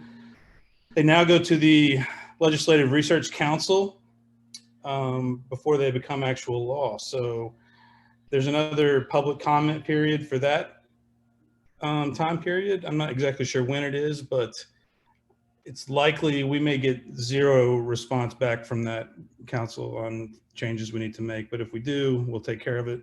So they're on track to be ready for next school year to be fully adopted. I put a link on here in the presentation, this bit.ly link, and I'm only using the bit.ly one so I can kind of keep track of people clicking on it. I would just like to know people are accessing it and using it. If bit.ly is blocked at your school, here's the full link to the Google Drive folder. Let me go there real quick. This is what you should see when you click on that link. Here's the most updated draft in a PDF format. Right this second, we do not have, oh my gosh, the word just flew out of my head. Right now it's divided up into our grade levels, K2, 3, 5, middle school and high school. Right now I'm working on putting one together where you can see a progression from each of those grade levels for each of the standards, but I'll put that in this folder too when I get finished. So in this part right here, this introduction, this vision, this is important because it kind of tells you what standards are and what they are not. There was just a few comments in our public comment session or period where people really asked for things that were not standards. They were wanting curriculum. And KDE is really not in the department of telling you how to do things. We're just here, like, the standards are to support your efforts, and that's why they're based on the AASL national standards. The only part that we added was an indicator after each of the AASL standards for the grade level. So as you know, the AASL standards are not broken down by grade level. So our writing team and oversight team works really hard to just add some information that'll help you use the standards. But how you teach the standards is totally up to you. It can look totally different at every school. And something I want to talk about really quickly, if you have any questions, somebody interrupt me with audio because I don't have the comments open, is you might have seen in the beginning one of the drafts where they were an elective, and they are elective standards, but that does not necessarily mean they're optional. So if you have a school library program, which every school in the state should have because that is already law, you may not have a full-time person, but you have a program because you have at least a part-time school librarian covering your school. These are the standards that have to be used. So it's not that they're required standards, they're still elective standards, just like computer science are not required, they're elective standards. But if you have a computer science program or class in your school, those are the standards you should be using. So in a way, I'm not saying they are required, but in a way they are because we already have a school librarian in every school. Hopefully that makes sense. Anybody have any questions about that? Because I get that question a lot. That's probably number one. Number two is the confusion between curriculum and what standards are. Anybody?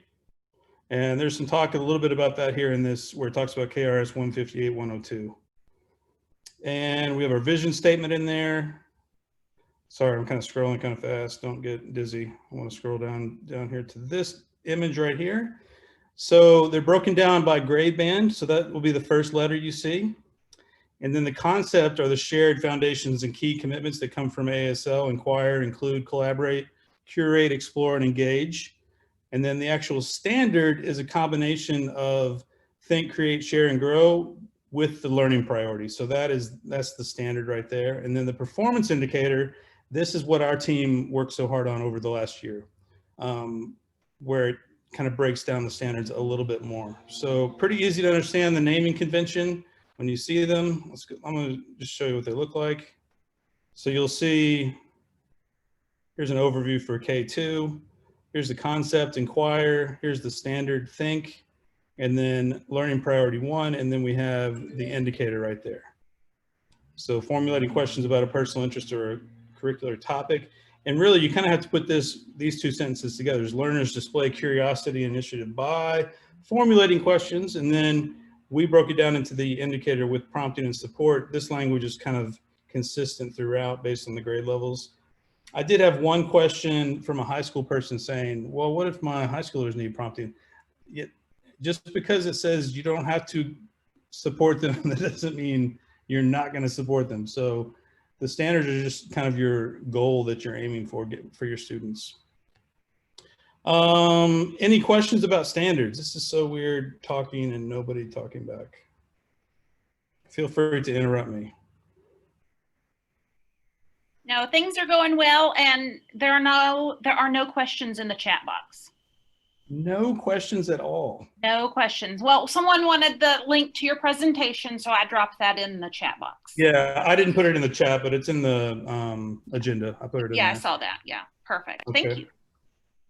And right now, like I said, these are they're broken down. K2 is first, and then it goes all the way through high school. It's a pretty long document. So if you have downloaded before, go ahead and go to that link and get the newest version. We made some very minor typo mistakes and kind of some spacing errors that were in another version. So this is, I think, from October 6th, so not very long ago. So if you have them from a previous draft, go ahead and download the new one so you have the most up-to-date version. Let's see. All right, for digital strategies. So thank you. My boss, Dr. Marty Park, is interrupting me right now. There it is. I was looking for the total number of A1 schools. Let's see. So my team, we have digital learning coach in our title. So Laura Raganos is really in charge of the digital learning coach network around the state. Ben Maynard works with principals and admin on digital things. Obviously, we have Jeff Cebulski, who does a great job with our state STLP program. We have a pretty new member to our team, Sean Jackson. He is taking over computer science issues. So if you have any computer science questions or anything like that, reach out to Sean Jackson. And we have a site here, and I have it linked. And what's really awesome is that we've been sharing this with schools. We've been sharing it with the co-ops. There are 4 digital strategies. So we have access. This really it's in the news a lot right now. I normally love, what is the thing Sam was talking about this morning? Oh my gosh. Like privacy, security. No. The website you're an ambassador for. Oh, Common Sense Media. Yes, thank you. Oh my gosh, I couldn't think of it. Yeah. They have a document that's been quoted in the news a little bit about what kind of access kids have at home, and it's really unfortunate. It's misleading.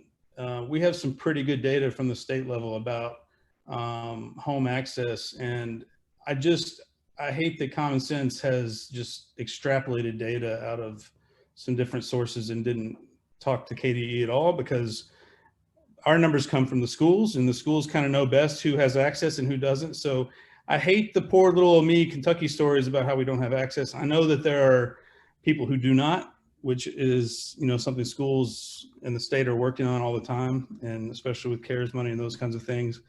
but it's not as bad as some of those surveys make it out to be. So if someone shows you those numbers, don't just be a good school librarian. Don't just accept those numbers at face value. There's just, I feel like sometimes some political things behind those types of things. So just watch out for that. LMS consistency, that's really important during this time. I'll come back to that one. Then we have digital learning experiences, quality digital learning experiences. So like the Common Sense Media stuff, Sam shared stuff from KET and PBS. And then people, this part is really important because for one of the first times ever from the highest levels at KDE, school librarians are part of the people solution to being digitally ready. So it says approximately 75. This is the number I was looking at. Let's see. 1 second. I got to do some quick math.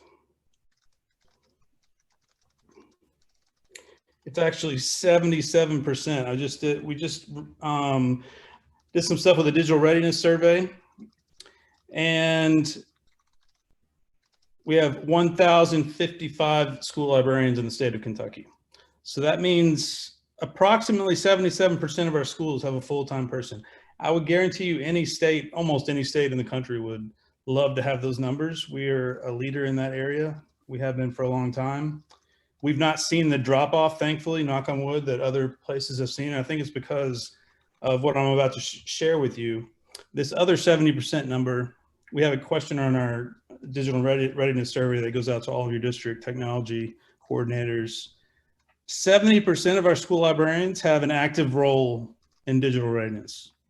70%, which is an awesome number. What we need to do, what I need your help doing, is getting these 3 little people right here caught up to the rest of us.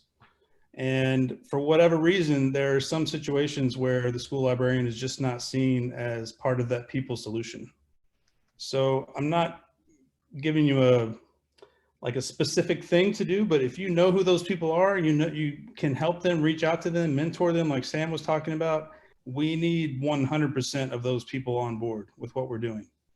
And if you're not part of the conversation in your school building or at the district level, you're just not doing it. So take everything Terry said today, do it, be a part of that conversation. STLP is an easy way to do that. Even if you already have an STLP coordinator for your school, you can be a part of STLP. You can help kids take the things they are already creating, especially during this super heavy digital time. And there is probably an STLP category, especially the online projects, that they can enter into and celebrate their work. So if you have any STLP questions, reach out to myself or Jeff Sobolski. Here's the website. The super sheet tells you all of the different categories that you can compete in. I'm working on the Minecraft one right now this year for a new challenge this year. Last year was Mars. We had some excellent submissions, but I have a new theme for this year. It's going to be out soon for kids to start working on. I have for you, let's see, I didn't put it, it's not an actual link. I'll just type it in up here. If you type in bit.ly and sketch GIFs, I'll add it to the presentation in just a minute. I am a nerd and I really like this app called Procreate. So I've created a bunch of animations that you can copy from Google Slides and paste into another one. You might have seen this one here with me holding a book right there in one of the earlier slides. There's a bunch to choose from. I do say GIFs, I don't say GIFs. So if you say GIFs, you're not allowed to use any of these, sorry. And GIFs are cool inside of slides because you can click on them. And I'm in view only, but if you're in your own slide presentation, you can click on those and you can rotate them, you can change the size, you can actually change the color. And one more thing, how much time do I have? I have a few more minutes. Let me look at what's the schedule say here. You're good. You still have You have until 45, James. Oh, plenty of time. You've got tons of time. So yesterday I was watching, it was actually the day before yesterday, a keynote for Adobe Max. It's a conference for all of Adobe's products. And it just made me think about our role as school librarians and how sometimes we are one of the only people in the building who care about information literacy and information fluency and knowing how to trust certain data. So I have this super cheesy picture of myself here. I'm in Photoshop. Can you all see my screen okay? A quick question. If I zoom in like this, can you see it zoomed in, or do you see the regular screen? We just see the regular screen. All right, I won't zoom in then. Okay.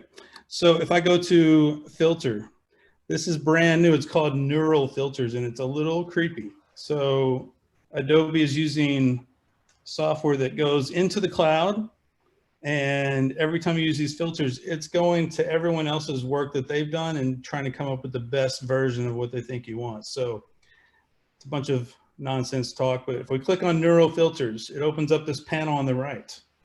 There's some skin smoothing, basically 20/20 airbrushing, right? So there's also something called beta filters. And if you click on this and go to Smart Portrait, I can actually change how happy I look in this picture. I'm not even kidding. Look at this. So if I drag this slider down here, watch my smile. That's, oh, come on, don't take too long. You notice it's going to the web and doing this. I promise this is really creepy and you need to know about it. You can go on YouTube, get a link to the Adobe Max keynote, and they demonstrate this with Conan O'Brien.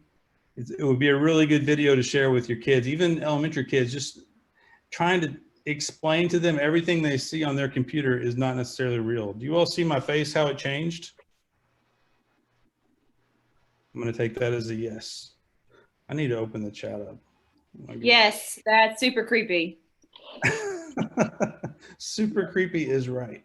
So, and then if I go to the other end, I have no idea what it's going to do because I was already smiling. I'm going to go ahead and click facial age. Oh, look at that. Nice big smile. Hair thickness, I'm going to turn that down. Wait for it.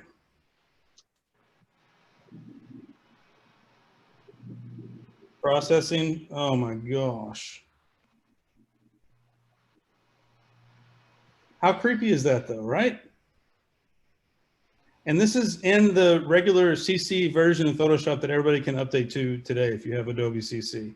So this is not a tool that's at like some far reach. It's not an app on a phone. You can apply it to every photo on your computer instantly. So kids need to know what they see, what they hear is so easy to be changed these days.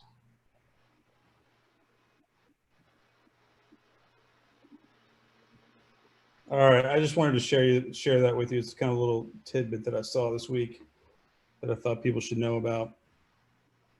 If you are using Adobe, they've done some great updates. There's something called Adobe Fresco. It's an iPad app. It's a lot like Procreate. It's a drawing app. So if you're into that kind of stuff, your students are, check out the newest Adobe products. There's one other thing. Oh, Sam was talking about Creative Commons stuff. If you use Adobe Spark, I know the Noun project is not really able to be used by kids, but if you have federated accounts with Adobe, they can use Adobe Spark even in elementary school. And they use Noun project icons. So if you want icons, they're built into Adobe Spark. Like Adobe is paying for the pro use of the Noun project. I don't know if anybody knew that or hadn't heard that yet. But it's a great way to visualize learning, visualize drawing. If you can get into sketchnoting, icons are a great way to start. You can just trace them on your iPad or on your computer. Let's see, I want to make sure I didn't have any other. Yeah, that was it. One last little tidbit, Slides Mania, if you've not seen it, is an awesome resource. You should go there if you do any kind of creating of slides. This, I forget her name, she does all this for free. She has icons built in that you can use. The fonts are already made for you. The colors are already done. That's what I just created this while Terry was speaking today. I have a procrastination problem, I'm sorry. I want to go to Slides Mania real quick. Thank you, Ricky. So if you go down here, she's got this awesome new Windows 95 template. It's pretty cool. But down at the bottom, you can see choice boards and games. And here's one with filing cabinets already created for you. All you got to do is put your content in. You don't have to spend time creating this crazy stuff. There's a cool treasure hunt there, challenge board, digital board game, Slides Mania. I know some of you have heard of it before and used it before, but if you haven't, definitely check it out. And I think she has you can buy her a cup of coffee on the side here. I think that's all that she charges. Yeah, buy me a coffee. All right, well, I'm going to grant back my time unless anybody has any comments. I was going to just say with Slides Mania, I also love it. And even if I don't use the whole slide, sometime I'll find like a theme. So if like, you know, a spaceship or like that Windows 95, and then you can make a PNG of just one slide. So it's not like you have to, because you can make a copy of it. You might have a nice little promo you want to put on Twitter for one of those Slide Mania templates, and you can just focus on just one slide, make it a PNG, and then I do that a lot just so that, you know, I have a variety of how I promote things, and it's quick and easy because it's already made. Yeah. And I know I have a captive audience here. I'm going to reiterate again, KYL chat. It's every second and fourth Tuesday. This Tuesday coming up is our next chat. And like you were saying, Stan, this is our 7th year. It's kind of crazy to think about that. But probably 7 years ago, I would tell people, hey, Twitter's kind of cool. You should check it out. I really feel like if you're a school library media specialist, you need to at least know how social media works. I'm not saying you need to live on Twitter like some of us do, but at this point, it's really not an option anymore. And KYL chat is a way for you to get on there and use it without seeing all of the stuff you may not want to see, like political stuff, other things. But regardless of what you're into, there is a community on Twitter, and we need, I just use Twitter as an example. A lot of things work the same way. Hashtags, digital media, images, videos, GIFs that people share.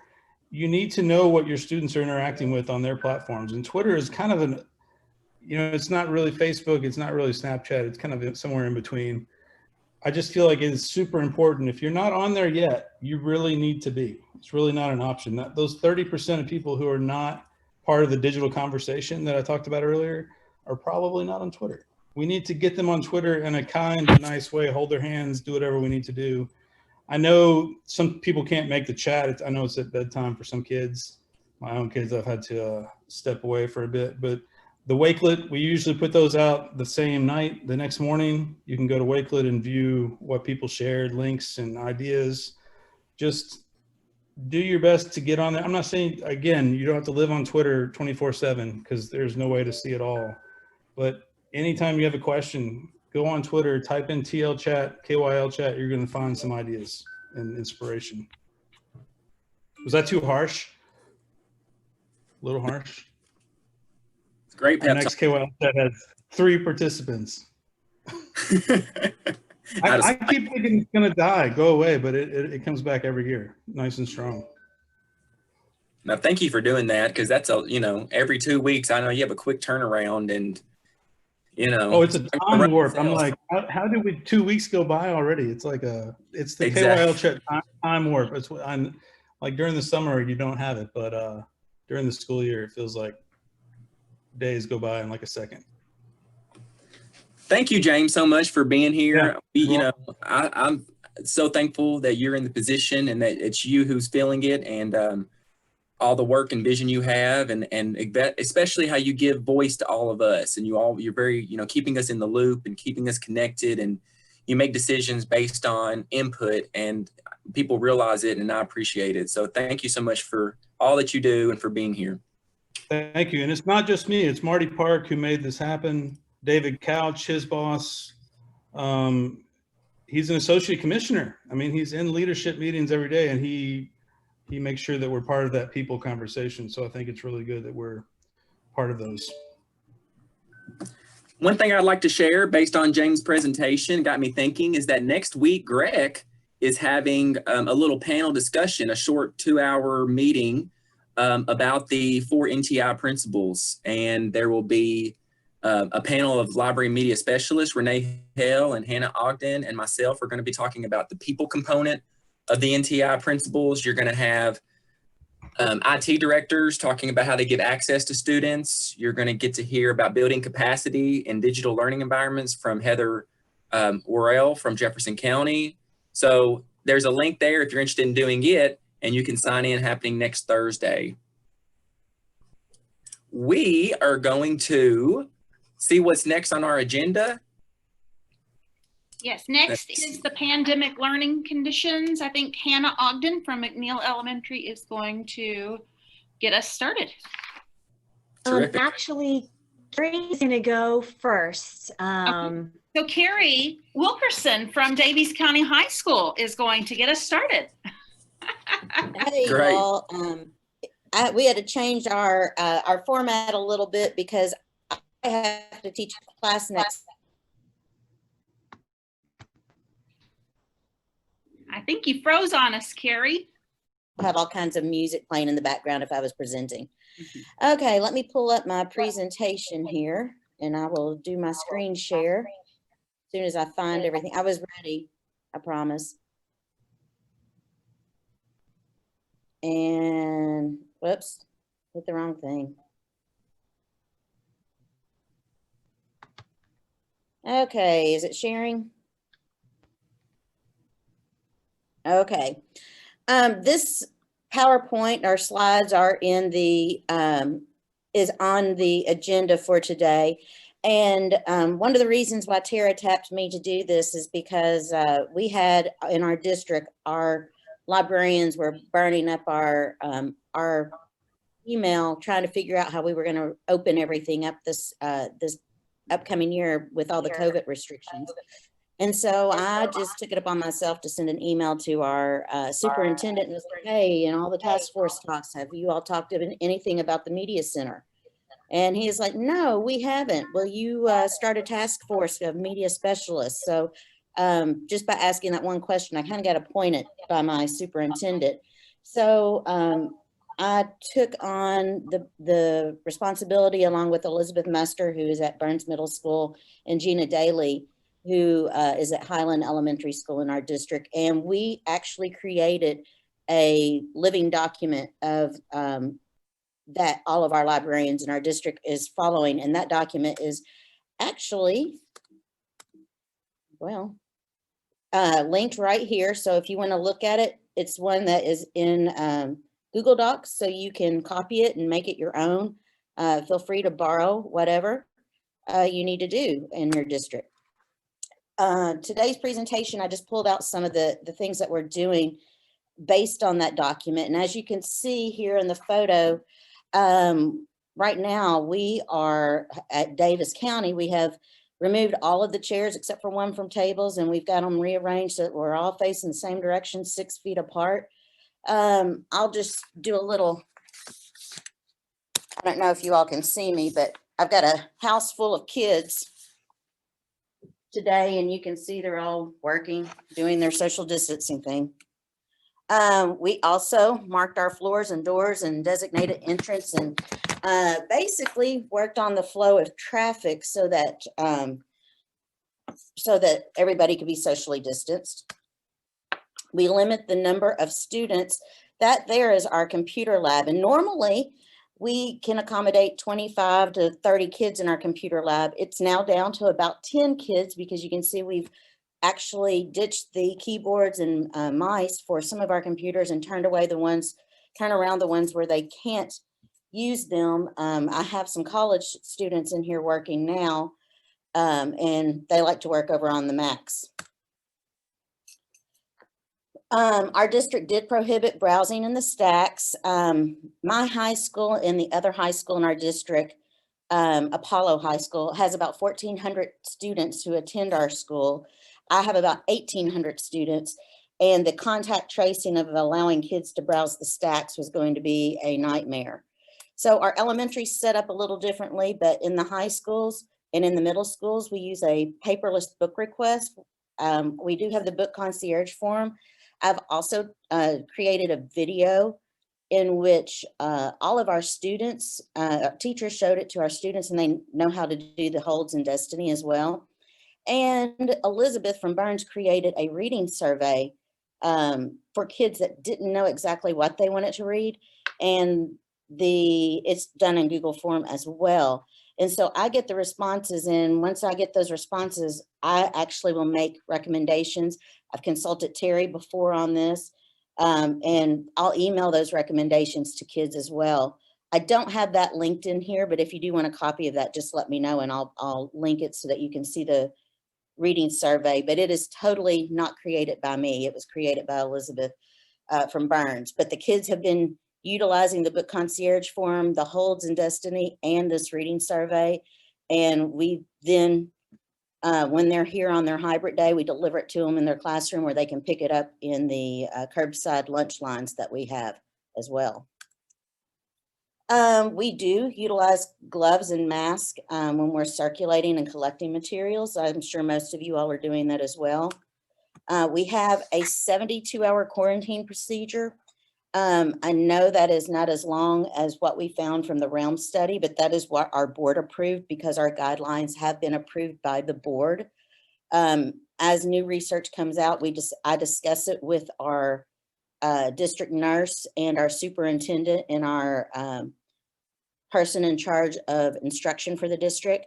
They wanted to go with a 72-hour quarantine just because of some of the logistics at the elementary level. I still do mine for an entire week. You can see we have a Monday, Tuesday cart. I then have a Thursday, Friday cart. We don't attend school, or the kids don't. The faculty is here, but the students are not here on Wednesday, so that's a non-issue. So you can see we have headphones, and looks like we've got some extension cords there that have been used a lot by our kids who forget chargers. And those actually stay on our cart quarantine for the week, and then we put them back up. Books are the same way. Okay, we also, a couple of years ago, I wrote a grant and was able to implement this makerspace. It's sad now because right now everything is put away in those cabinets. You can't see everything that we normally offer. But because it was shared supplies, I don't operate the makerspace right now. I am looking into create pack and go makerspace activities because our kids have really asked about the makerspace and they're missing it. So I am looking into seeing what kind of activities I can do so that they can pick it up and go and work on it at home. With 1,800 students, there comes a lot of printing. This year, however, our printer is only available for teachers. We've highly encouraged, again, for contact tracing purposes, that the teachers do as much paperless as possible. A lot of our teachers have gotten printers in their rooms now, so students can print there as well. But the main printer for the school is housed here in the media center. And so now you can see this year it's only for teacher use. We have a paperless sign-in.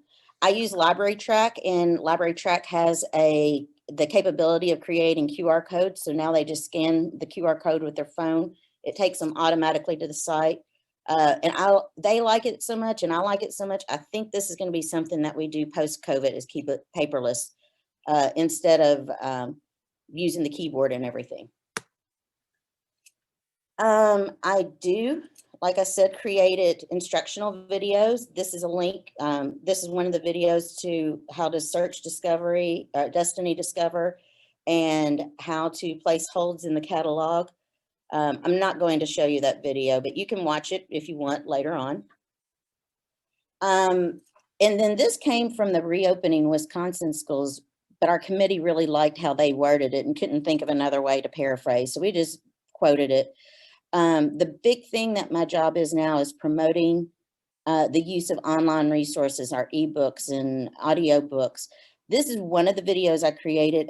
We got the district decided to go with Overdrive this year, and we have done the Public Library Connect.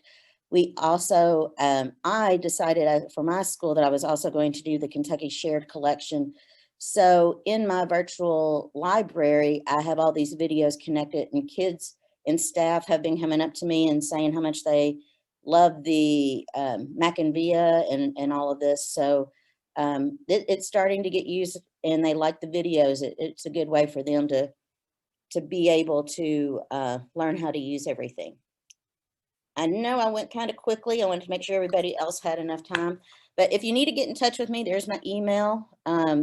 The presentation and the document that the presentation was based on is all in the agenda. Feel free to contact me if you have questions. And there was a question in the comments that people would like to see your reading survey. I will put that right now into the comments. Thank you. And again, I did not create it. I want to give all the credit to Elizabeth. Hannah, if you want to take over, you go right ahead. All right, let me pull up my presentation. Quick. Okay.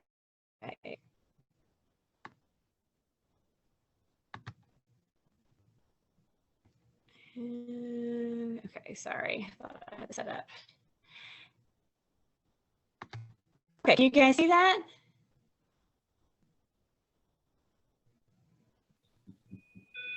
Yes, we can see it. Okay, fantastic. I'm gonna sort of go through some of this pretty quickly as well.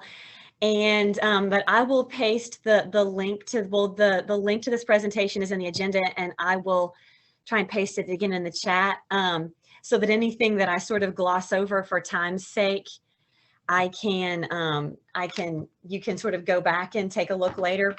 But so I'm going to talk specifically about some of the safety precautions that we have put in place at the elementary level. So I would say that the first thing, hopefully you've already had a conversation with your board or your principal about whether or not classes will be coming to the library, whether or not they will be checking out from the shelves, and at what level that you will be doing that. So if you have students coming into the library, which we do have students coming in, we are at a half capacity hybrid schedule. And I actually think that it's closer to 40% capacity at our school on a daily basis. So because of our numbers and the fact that classes come to the library in a more controlled way, we were able to contact trace pretty effectively. We do allow limited browsing from the shelves. So I'll sort of go into that in a little bit more detail and try to answer any questions you might have. But get your yardstick ready, first of all. I'll show you some pictures in just a second. I've got some of those carpet markers. They have some Pizza Cat's Groovy buttons that I was super excited to find. And so we have some of those carpet markers. I'm also fortunate enough to have a patio on the side of the library that at 6 feet apart can accommodate 10 kids. And so I've got that all marked off and measured off as well. And then just like Carrie was saying, any sort of shared items like headphones, bookmark bins, the magazine rack, the supply caddies, and sadly the makerspace cart. I was super sad about that. And my Lego wall. Those all had to be put away for now. But here's just a couple of pictures. This is us all shiny and clean and ready for students to come in the first time. Over on the left side, you'll see, once again, students are all facing in the same direction. I just remind them to sit in the chair facing the front of the library. And because we do have story times in the library, I have 2 screens. This screen up front is connected to my Chromebook, and I've got my document camera connected to that. And then I'm actually running a Google Meet with myself to the second screen because we don't have Google Cast for Education anymore.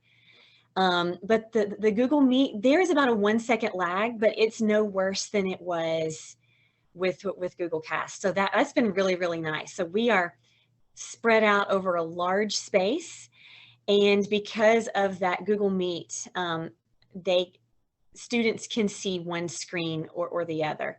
And with this table arrangement, we can accommodate 12 students. I was measuring all this out, and my husband has a 6-foot wingspan, so he came in and he helped me measure everything here. And actually they're closer to about 8 feet apart. And I am about 12 feet away.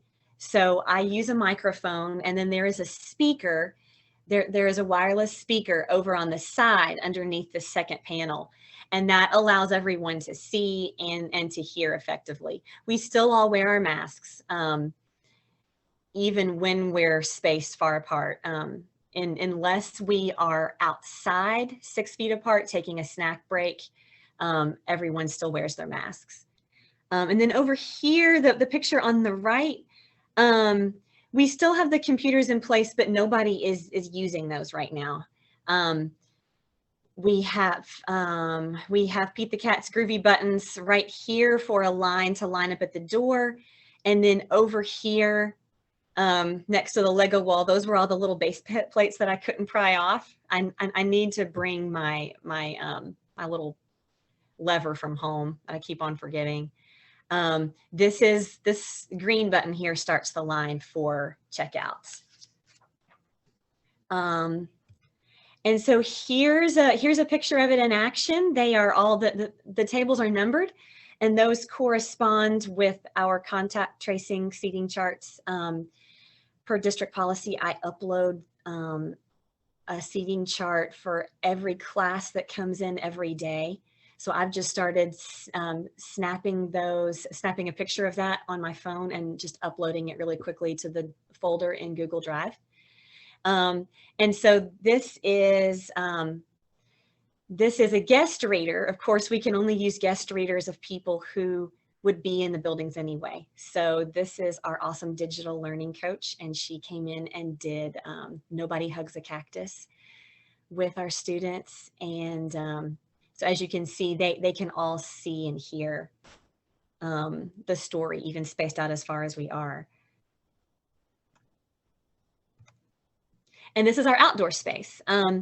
We have masking tape squares, and we've got these plastic chairs that I can spray off, and we go out here every chance we get to read, and they really love it. And we don't have enough space. We don't have enough chairs for all 10 of our spaced off areas, but I have them marked with masking tape so we can grab, extra chairs and step stools and whatever, and just spray off and put back whatever we use. I'm gonna just look at the chat really quick to make sure that I'm not missing anything here.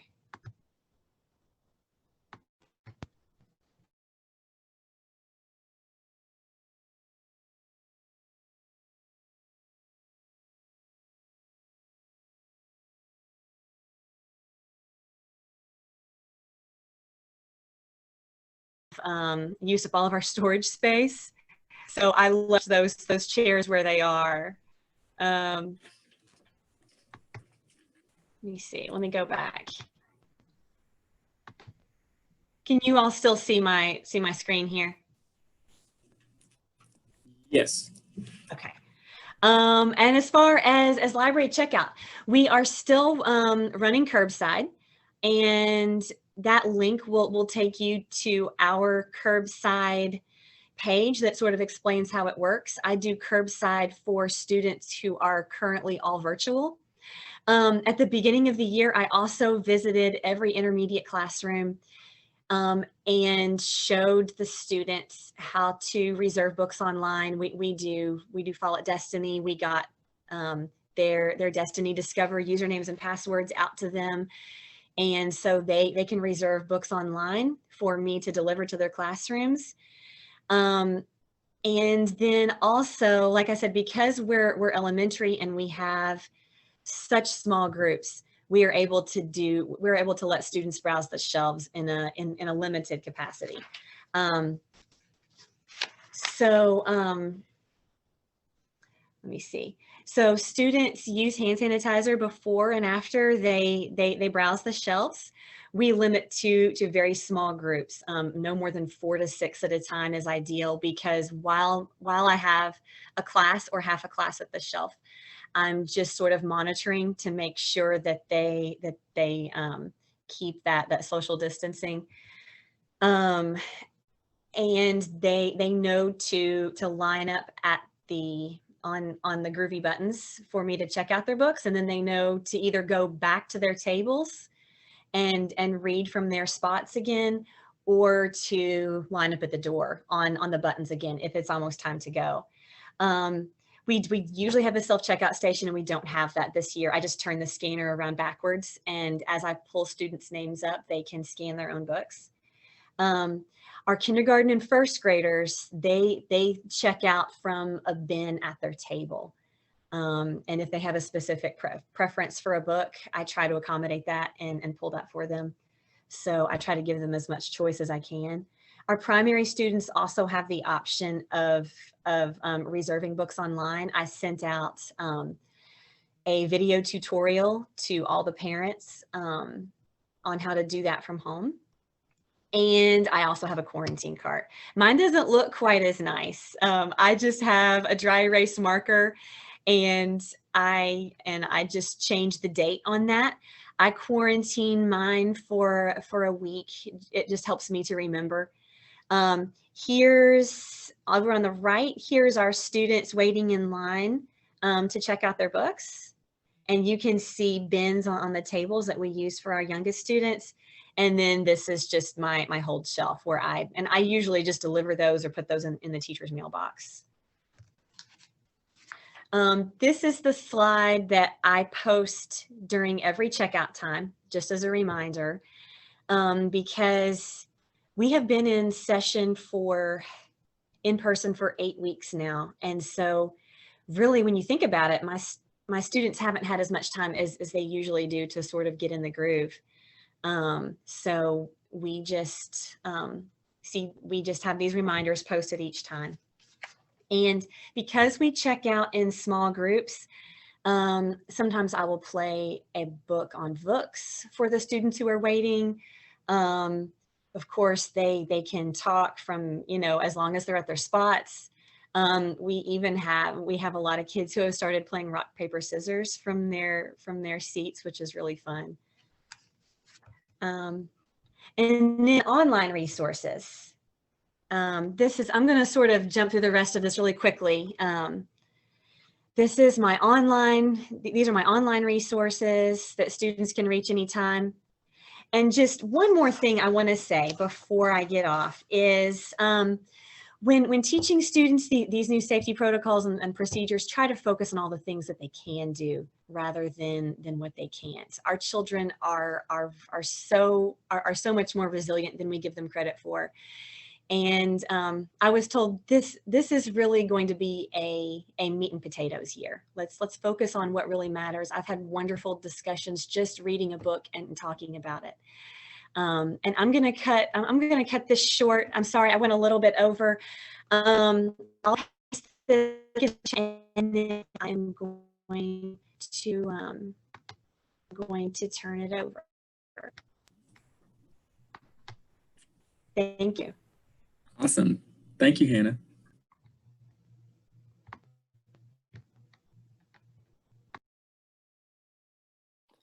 I believe I'm up. Is that correct?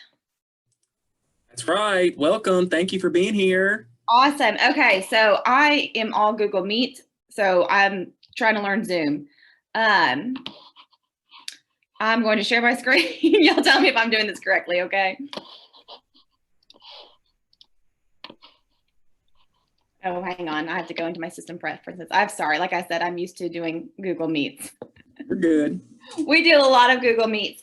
I'm Elise Sauber. I am the, oh, hang on.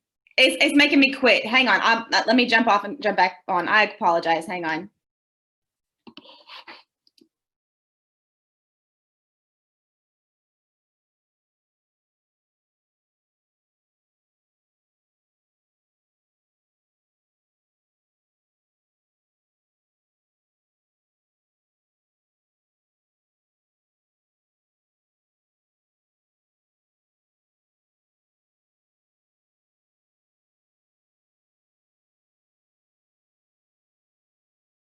Okay, I'm back. I'm sorry. It made me jump off to share my screen.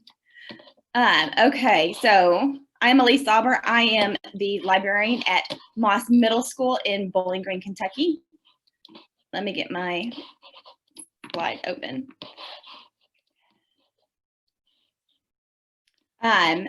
This is my second year here, so I'm still trying to figure things out, as I think a lot of y'all are, especially with this year being completely different. I do not, can y'all see that? Can everyone see the slide? Yes, we can see. Is it in present mode? I can't tell. There it goes. Oh, it's just being slow. So our population here at Moss Middle School is, it's low income. We're Title I.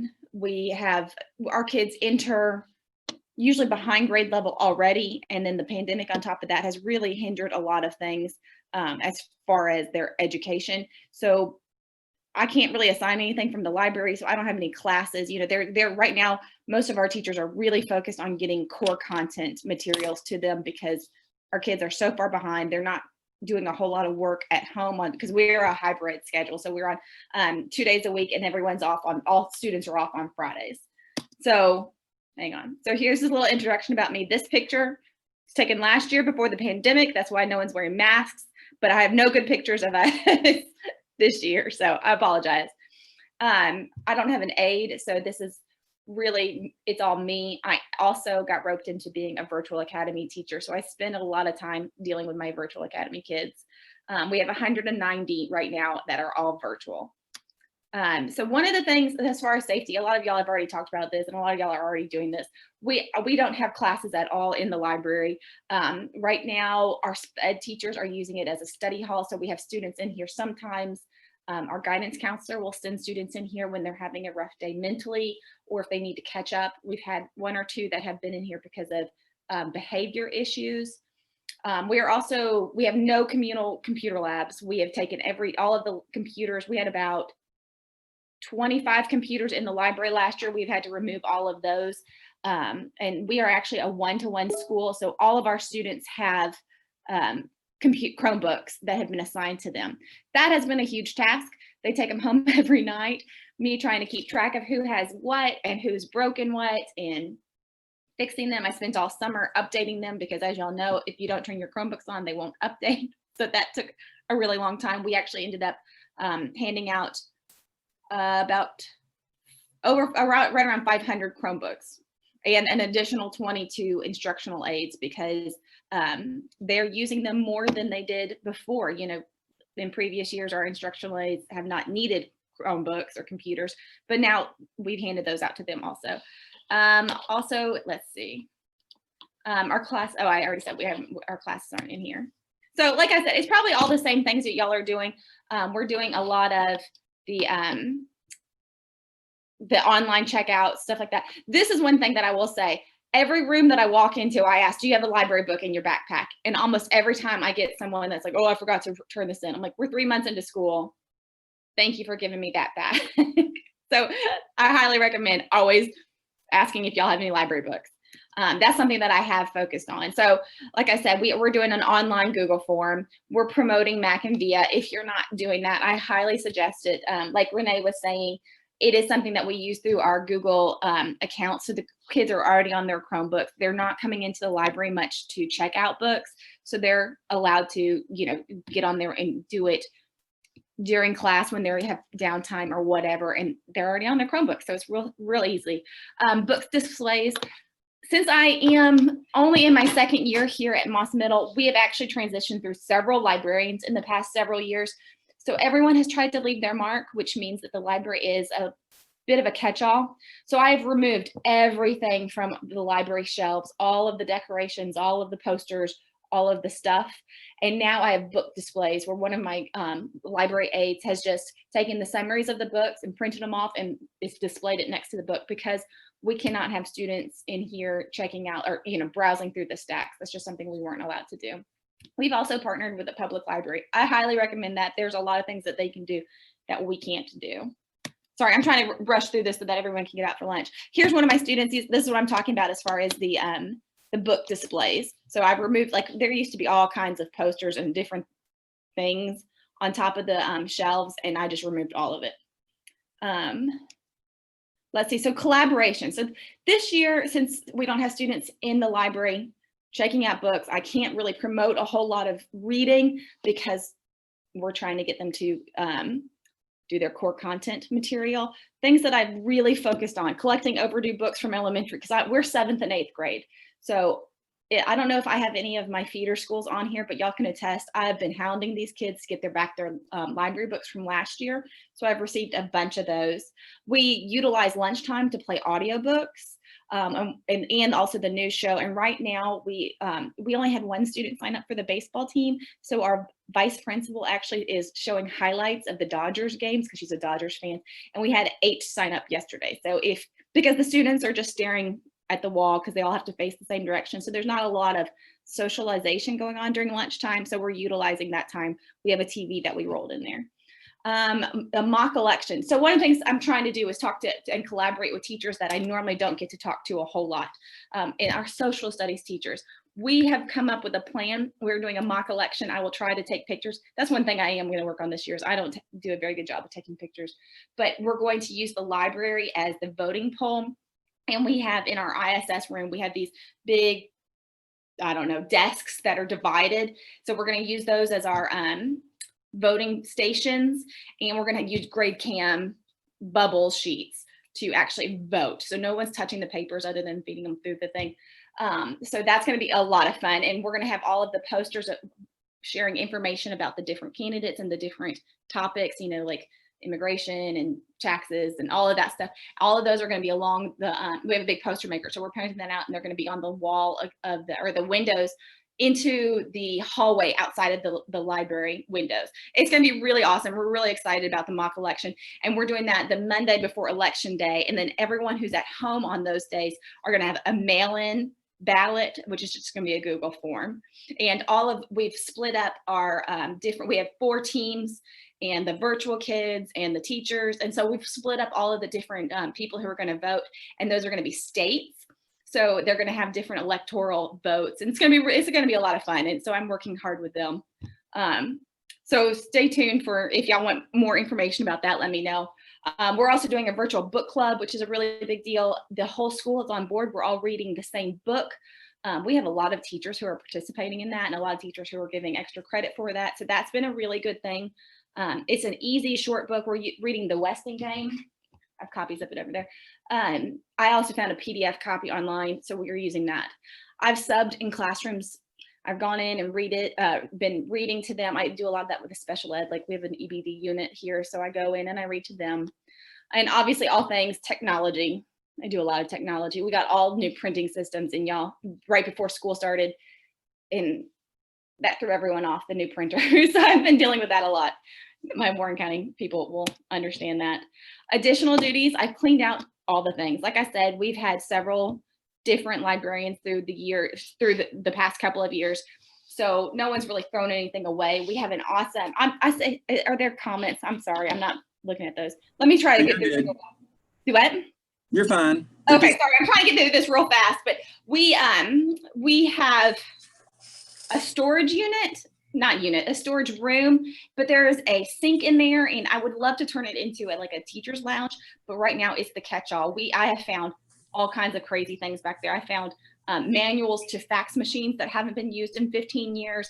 I found handsets to like phones that we no longer use, just a bunch of stuff that's been stored back there. So I'm in the process of cleaning all of that out. Also, our website on School Point, that hadn't been updated in a while. That was not my duty last year, but I've taken that over. And so I'm updating all of that. We've done all ILPs and digital citizenship for the year with our virtual academy students. And I'm doing that with our in-person students soon.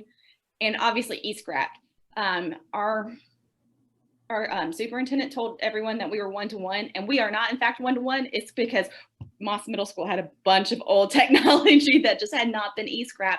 So that's sitting around counted as technology for our district when it doesn't work. I don't know if y'all know what a Chromium is, but there are old Macs that got turned into Chromebooks and they don't work worth nothing. And I had like a cart and a half full of those. So I've been e-scrapping left and right just to get those off of our actual list of what technology we have. This is our bookkeeper. These are hard copies of purchase orders of technology from 1996 through 2003. Y'all, there's no reason that this crap is still in our library, but it is. And so I've been really making a point of cleaning house. And so this is the kind of stuff that I get as a virtual academy teacher. I get a lot of emails. I don't know why students like to email all in the subject line, but they do, and then they do not reply to me. They reply in a new email. So y'all notice this is from September 30th, after we were doing Edgenuity for a month and a half. Ms. Sauber, how do you do Edgenuity? So I deal with a lot of student emails like this, but I promise it's not all bad. I do get sweet comments like this. We have a lot of virtual kids who I've just been trying to talk to. We utilize Hangouts a lot because, like I said, the students like to don't reply to the previous email. They'll send you a new one, and then I'm super confused. So I've been using Hangouts a lot. It's just a way to text the students through Google accounts. But anyways, okay, I ran through that. So hopefully I didn't run over time. Okay, I'm good. Does anyone have any questions about that? I'm sorry, I know I spoke really fast. Oh, that was great. Thank you. I appreciate all the information and the examples. That's wonderful. I love the different perspectives from elementary, middle, and high. So that was a really great panel. Thank you so much. All right, everyone. I appreciate your time. There is, we have one giveaway, a door prize. This is from School Library Connection, which we now have access to, as I mentioned, through KET. And you will receive this book, Podcasting with Youth. So this might be something that you might try this year as a growth area. How could I do this with my students, do things differently? So I've been trying to figure out how to do a random drawing on this. So here's what I'm going to do. I'm going to have a random person, AKA Renee Hale. She's going to give me a letter of the alphabet. Okay, Renee. Are you ready? It will be an L. That's my favorite letter. An L? L. Okay, so what I'm going to do is I'm going to go to my Zoom meeting. Let's see here.